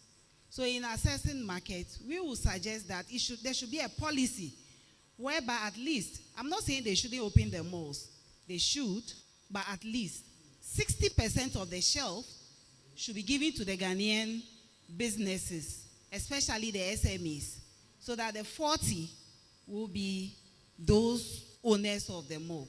I think this should be a policy that should be taken up. Other than that, you are collapsing the small businesses that we are trying to help the economy. Every now and then we are paying taxes and what have you, but we are not getting the benefits that we deserve. And then the harassment is becoming too much. Thank you. Thank you. Please, can we? Okay, so we'll take the next question, and then it will all be addressed as one. Thank you. Thank you. My name is Engineer Ebenezer Edu. I'm MCE for Hansa West. Let me pat the back of my development planner for a wonderful presentation. I think that we had opportunity with the regional minister to go to India, and then we did similar presentation there. And I'm glad to say that we've had interest from about 2 investors who are willing to come down and come and support us. But our challenge, and I think that my Omahin is here. I'm so glad that he's here. The challenge is that often than not, when investors come in Hunter West, the problems we are facing, especially where the areas that investment opportunities are mostly chieftaincy issues. So investor will come, buy a land, and then this family will rise up, another chief will rise up. By the time you realize the investor is gone. We had a similar issue last year when an investor wanted to invest 50 million in plantation farming, and because of land dispute, they've left our shores and they are gone. I don't know if judges and other stakeholders were also invited for this program, because if you go to the law court, you will see those here of files at the law court on these land litigation issues, and then they are not resolved. We are doing well for putting this program together, trying to make sure that we harness the potentials. But if we don't solve those issues, then investors will come, the opportunities will be there for our people to benefit, and by the time you realize they are gone, just like the other Russian investors left the shores of our Hunter West. Thank you. Thank you very much. We want to take the last one. Hello? Yes, please, Yes, please you. make it snappy for us. Thank you. Yes, the presentations that we saw or we heard, particularly on the tourism aspect. My name is Henry, Ghana Tourism Authority. We try to highlight the tourism potentials of the region. But what we should also be looking out for is that continuously we are trying to change the traditional itinerary that the tour operators used to market outside. And if you look at the districts and the potentials in terms of tourism, they are talking of building resorts, the tourist sites that we have over all these districts. But what we are also privileged to have as a region is the events, which we are now trying to introduce that can bring more people into the region, rather than only the tourist sites. And I heard some of the districts made mention of Kundum, Asabakon, Hunter Fest. And now we have the Secondita de Bronya, which is catching up like wildfire. So we need to find a way to package it properly to see how we can encourage this, our masqueraders. The dress up impact garments. I think that is a challenge the masqueraders have. How we can support, well, if you look at the uniform they wear every year, those are the areas that we can collaborate to see how we can support to get them quality but affordable materials that they can use. Fortunately, the government has introduced a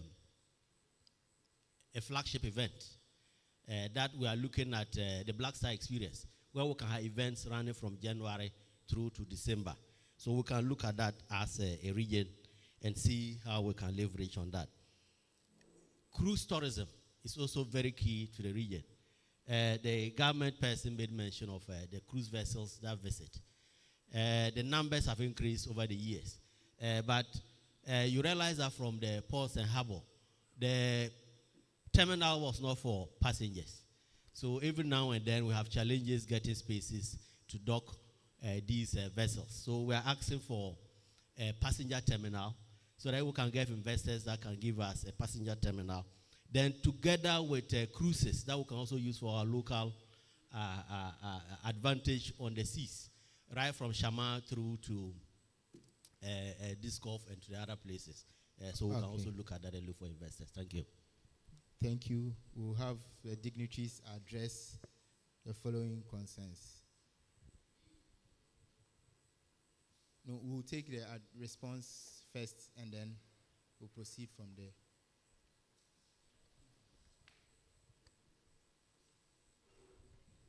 Yes, thank you very much. I think I'll respond to the first question from my sister over there about promoting Made in Ghana.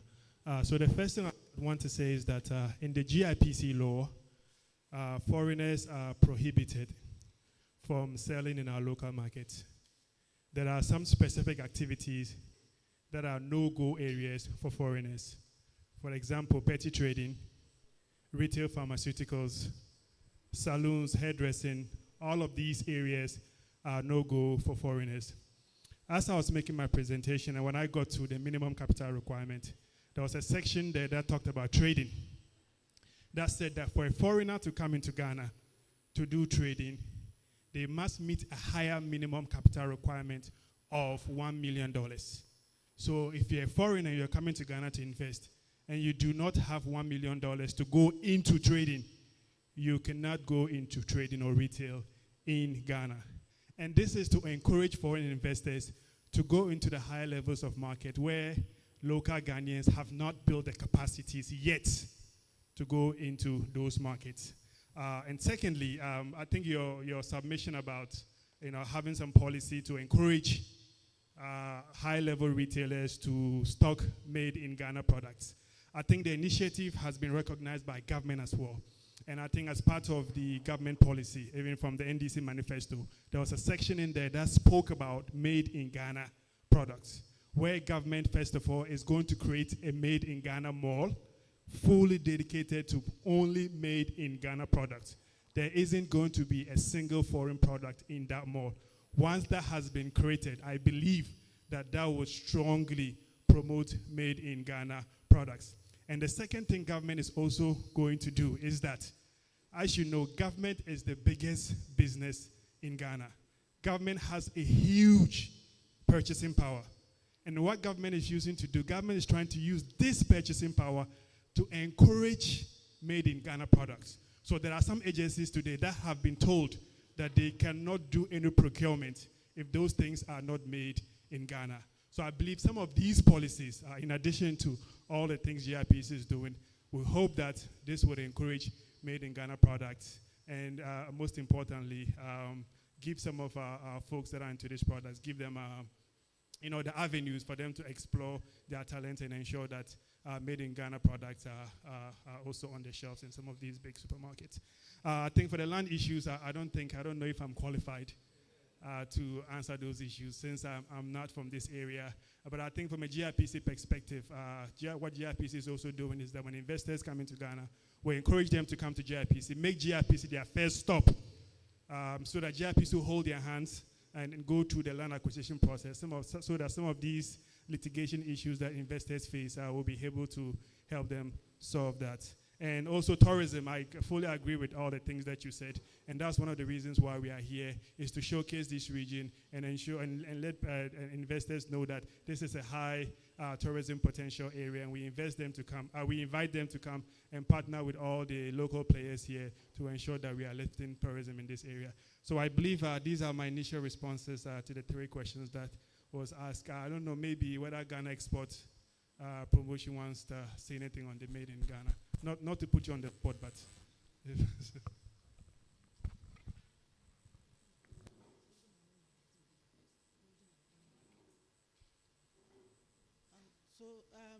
With regards to the made in Ghana product, I think that the area we should look at is the aftermarket, because we have a GDP of 3.4 trillion and then 1.2 billion consumers.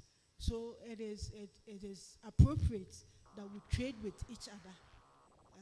That is basically what I can say. Even though we do local trade fairs, I believe that aftermarket will help us more. Thank you.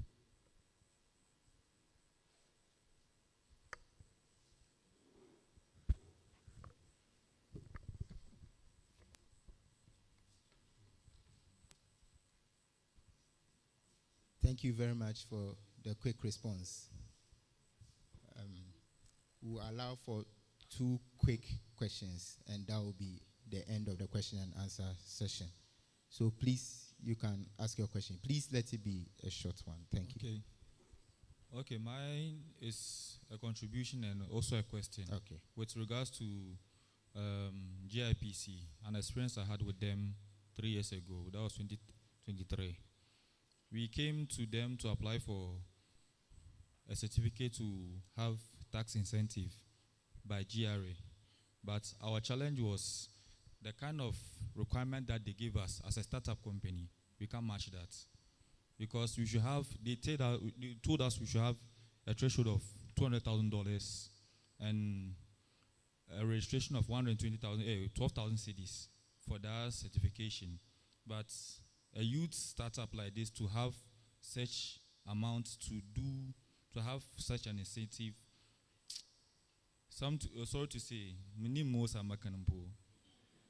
like Oya Kumatsu.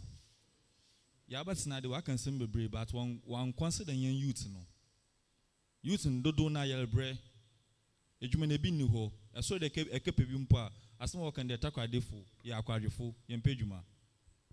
Sakakra na wasoso ali no so. Epede enya incentives wo Ghana abanimu no. Enya, but foreign companies wo ba ha de obenya 10 years tax incentives. Niba kono nya 10 years na ope obetina ope woko. Na yena ye timemfo no ye ho rechi. Sometimes no I won't consider yensu youth no kakra. Aside that no so yena atakwade for na opportunities baba. One from my western takwade for the western region. Youth na ye no akofa other regions no what opportunities for that one. All right. This is one of the challenges that we the youth in Takrade are calling for. We are calling our elders, our MPs. We are calling our opinion leaders. One show in your function hand. Thank you very much. We'll take the last one. This is the last one, please. Thank you. I'm coming from the rubber industry, particularly from Narubis, a processing factory. The strategies that you mentioned from the beginning, one of them includes the fact that GIPC is looking at value addition to our raw materials. The keynote address also looked at this challenge where everything that we are doing, we are pushing out our raw materials and giving to foreigners. One of the things that I'm seeing in the rubber industry is the fact that we have got very low-hanging fruits that Western region can capitalize on and industrialize. And that is the processing of the raw rubber into finished products. Unfortunately, we sit here and every day and every hour, with the presence of 7 processing factories in this region, now one is already gone bonkers because of lack of the raw materials. And we are seeing the raw materials being shipped raw to other processing factories outside the country. If Western region, we are looking at industrialization, we are looking at emancipation, we are looking at improvement, I think that it behoves on the leaders. And when I say the leaders, executive is here, fortunately. Opinion leaders are here. The chairman of GIPC board is here. Nananum are here. I think that the laws are there. The question is implementation. How are we going to get this implemented as a block, Western region, to ensure that our people that are here, the young man just talked about the youth. You have a lot of youth sitting out there looking for work to do. Factories have been set up, and the raw materials that are to feed the factories, we are pushing them out. Interestingly, you go and then the caveat that they are saying is that traders are also to work. Yes, but if you look at the facts on the ground, the traders are actually even shortchanging the farmers who are producing the rubber, because the processing factories are buying at a higher price than the traders. And it is the processing factories also that have supported most of the farmers even to set up the factories. Why do we do this to ourselves? That all I'll ask, that please, if it be possible, let the leaders, in fact, starting from the organizers here, our regional minister, everybody involved in authority, to move that Western region must at least look at this to save this region and save jobs. As we speak now, most of the processing factories are working at only 35%, and a lot of workers have been laid out. Is that what we want? That is my question for today. Thank you. Thank you very much. I'm hopeful we'll have a due response. So that is the end. We'll take the response from our dignitaries and then we'll be done.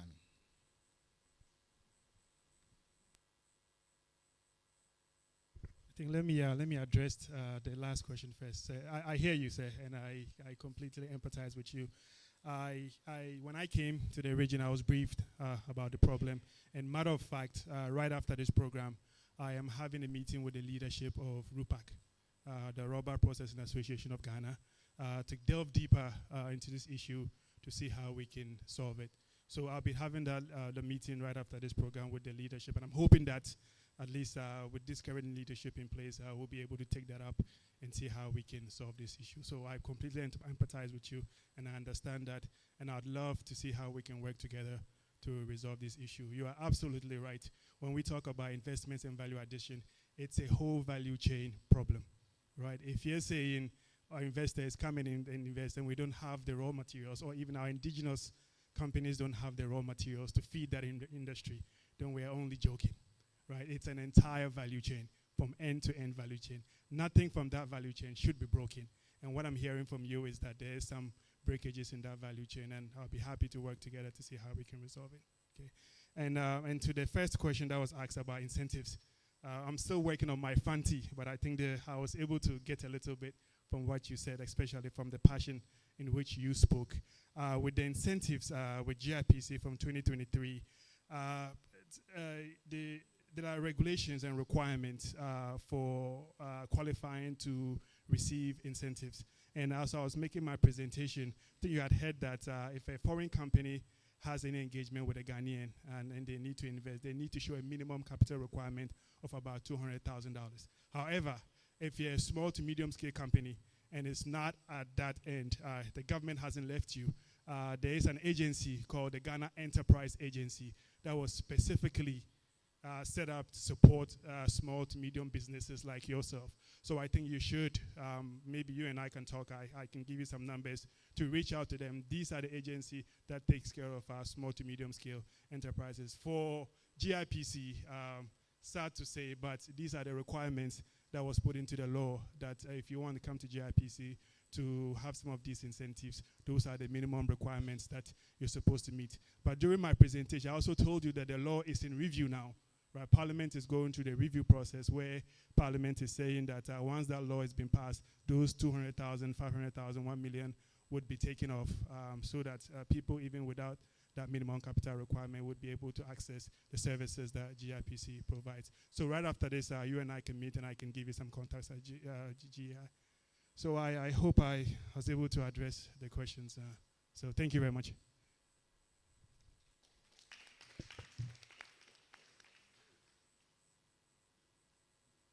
Receive another input from Nana.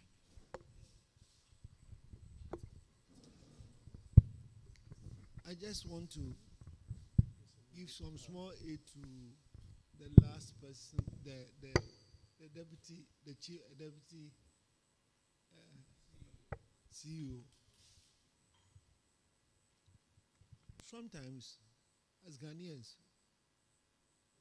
from my own perspectives, I believe that we are not serious. What we are only interested in is to go to a function and speak all the big English that we can. And that is the end of the matter. we all agree, or we are all trying to add a little improvement to some of these raw materials that we export to give us a little money. Everybody knows that if you add a little addition, you get more money. The rubber people, fortunately for them, they didn't have the factory. They didn't have the factories, the processing factories. Currently, they do have it. People are just breaking the law. You talk to them, and they say, "Oh, we are going to talk about it. Oh, we shall meet and resolve it." Oh, this issue came up in Ivory Coast, and it did not take more than 2 weeks for them to put a ban on it. Because if the factories are there, then why do you have to export them raw? It doesn't make sense. It doesn't make sense. You take your own transport, go to Accra, see some big man, want to talk to, oh yeah, we will meet. You talk about it. Oh, we'll see what we can do. What can you do about it? The only thing that people want you to do, is to put an end to it. There are a lot of factories here. They need the raw rubber to process. And when they do, people get jobs to do. We are talking about the 24-hour economy. If people get raw materials to process it, they will need human beings to go and work there. And the more they get the raw material, the more jobs that people will get and do. And we all know the benefit that we get by adding, making some few additions to some of these products that we produce before we export them. And just this simple thing, we are dragging our feet on it. To me, I think there's a need for us as Ghanaians. All of us know, everybody who has been to the classroom knows that if a small addition is made, if some of these things are not exported in the raw state, but they make some few additions, it's going to give us, we are going to earn more. It's going to give us much money. So there's no need for us to drag our feet. Everywhere, even in West Africa, there's no country. Rubber is you can get rubber in Liberia, you can get rubber in Nigeria, you can get rubber in Ivory Coast, and all of them have banned the exportation of the rubber in its raw state. But in Ghana, we are going to think about it. Oh, we are thinking about it. We will meet and talk. We will do. And a problem that shouldn't be a problem. No. It's sad. Thank you, Nana. We'll receive a comment from Honorable Dr. Kwesi Oponfosu.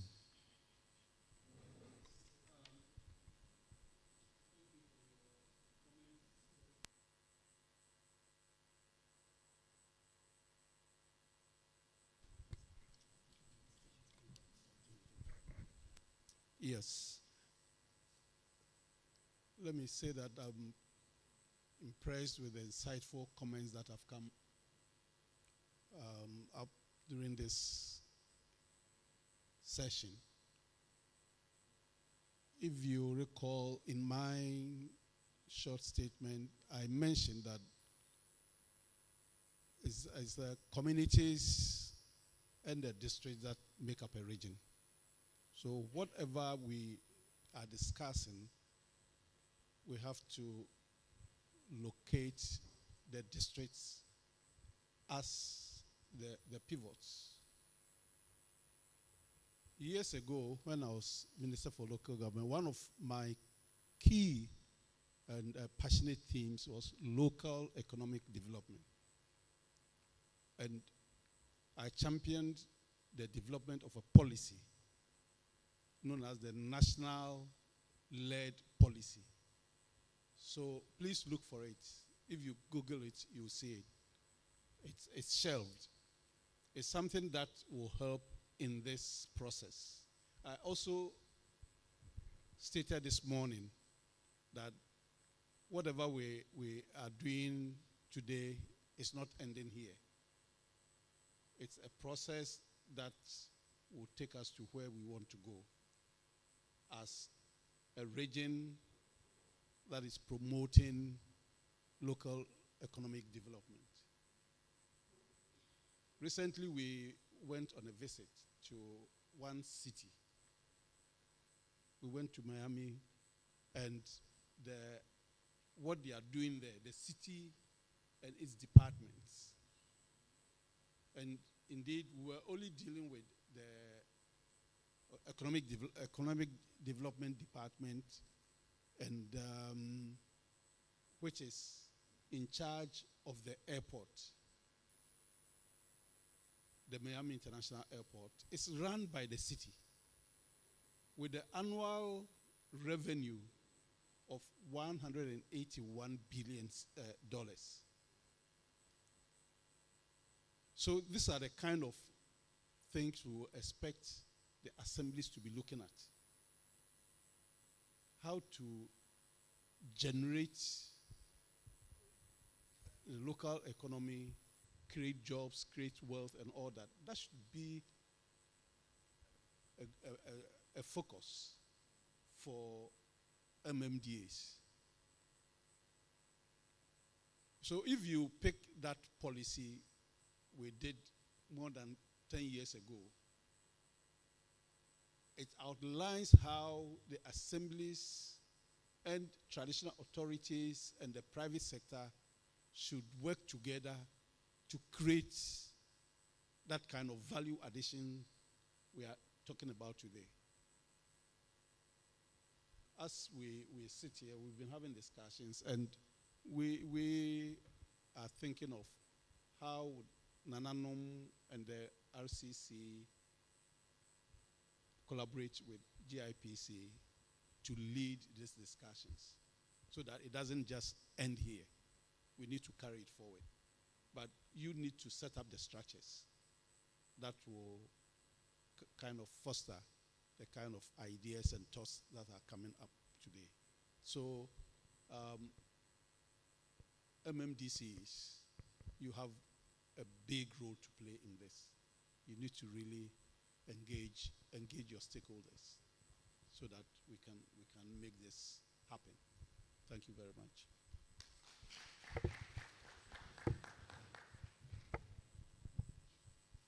Thank you all for your questions, suggestions, contributions, and a very valuable responses.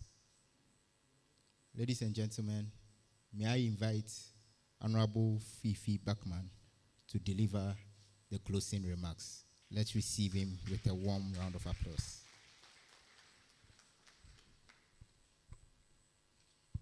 Thank you very much. Good afternoon to you all. Nana, Nananum, and to all of you.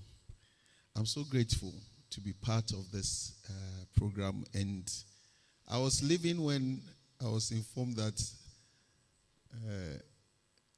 Nana says I should give the closing remarks. So I was taken on the spot. But I'll try to do something. Nana, I'm grateful. I told him that Nana is here, and he said, Nana says, do it. I want to say that I'm so inspired by this program. Well, this is my first time attending this program. And I'm so inspired listening to the presentations that were made. I was sitting and asking myself that, and I'm very happy Nana rightly hit it, that is it going to be just a matter of talking, discussing, and from there we go. For me, I think that the Western region is the only region that can stand and say that we can become a country. Because the Western region has everything. We have our airport, we have our port, we have our security agencies in full gear. We have all the resources. both natural and human. So I believe that we should be able to champion a cause. We should be able to speak for Western region. We should be able to let we, the decision makers, believe that Western region is Western region. And it can be done. And I'm so happy when, I heard the President, His Excellency John Dramani Mahama, in 2025, State of the Nation's address, it was only Western region that he mentioned. That Western region has to be brought back to its former glory. We have to push.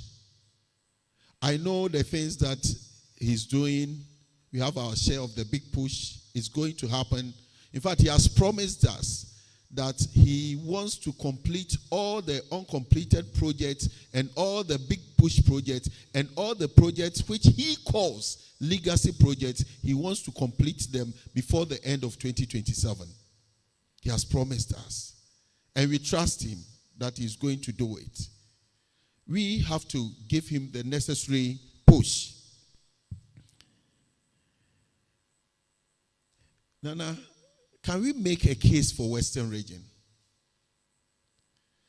We have our port, and that is what we have. If we can make a case that at least importers and exporters from Western region to and from our ports should have some dispensation in respect of duties. This I started championing even before I became a member of parliament, trying to ask whether we can push for something like that.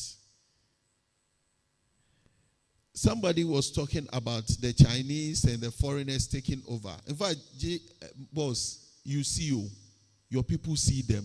They are now using bicycles. They are now trading at the back of taxis. They hire taxis. We see them. Please, we want action, not words. We want action to be taken. For me, fortunately for me, my MC, and unfortunately he's not here, we didn't make presentation. But if you come to a Fiakwesi meeting, we also boast of something. I have discussed with him and we've agreed that every contract, every work that is going on in our municipality, the labor, those who are going to do the work should come from the municipality. They shouldn't come from anywhere. We have agreed. Yesterday we were having a discussion somewhere and I heard that the 24-hour market we are going to have at Apramodo or our central market, 24-hour markets there. Somebody from Accra says he wants to come and operate his pharmacy. Immediately, he didn't finish. Then I told the person that we have pharmacists here.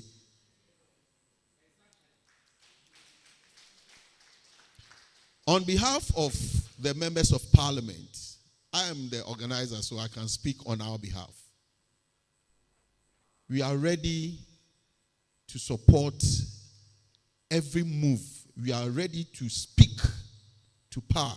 We are ready to support Nananum to make sure that we make a case for the Western region.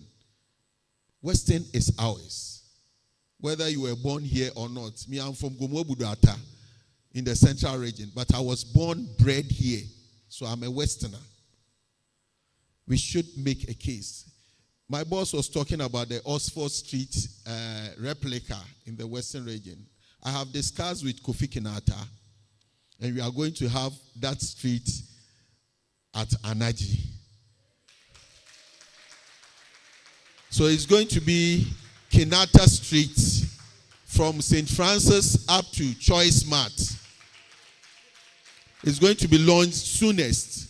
So boss, you are going to have it there. Then the masquerade. I've been a member of the masquerade for 25 good years.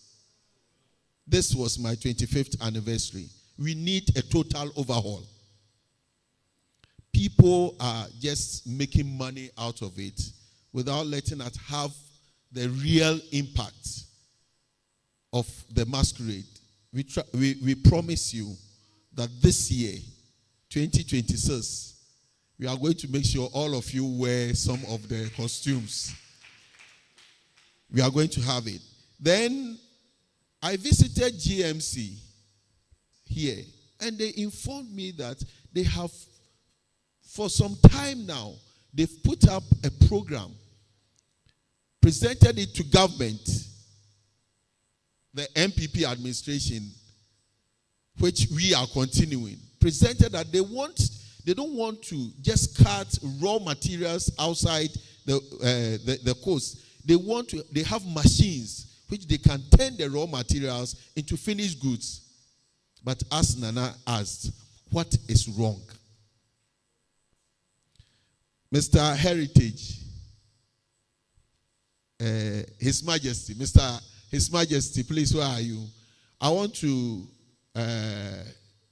assure you that the Minister for Lands and Natural Resources is outside the country. When he comes, I will link up with you and I will take you to him. I'll take you to him so that we help our own. It is only in the Western region that we have everything. Boss, this program, I've heard it before. I know that with new CEO, new board, you are going to make something good for us. I want to encourage all of us here that whatever we can to make this our Western region the West. Nana Kobra Nketia says that the best is not from the West. The best is in the West. And it should stay here. We have the wherewithal. We have the capacity. We have everything. Looking at the presentations and looking at the great minds and people that we have here, I believe, of the greater conviction that together as one, together with the united and with the concerted efforts, we can make Western region the best in Ghana and also outside the world. Thank you very much.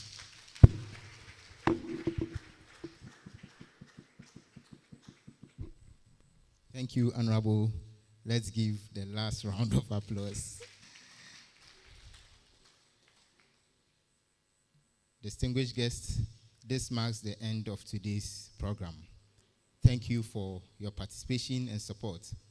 I am Kofi Brown, your MC for today. It's now time for the closing prayer. Right after the closing prayer, lunch has been prepared for all of us.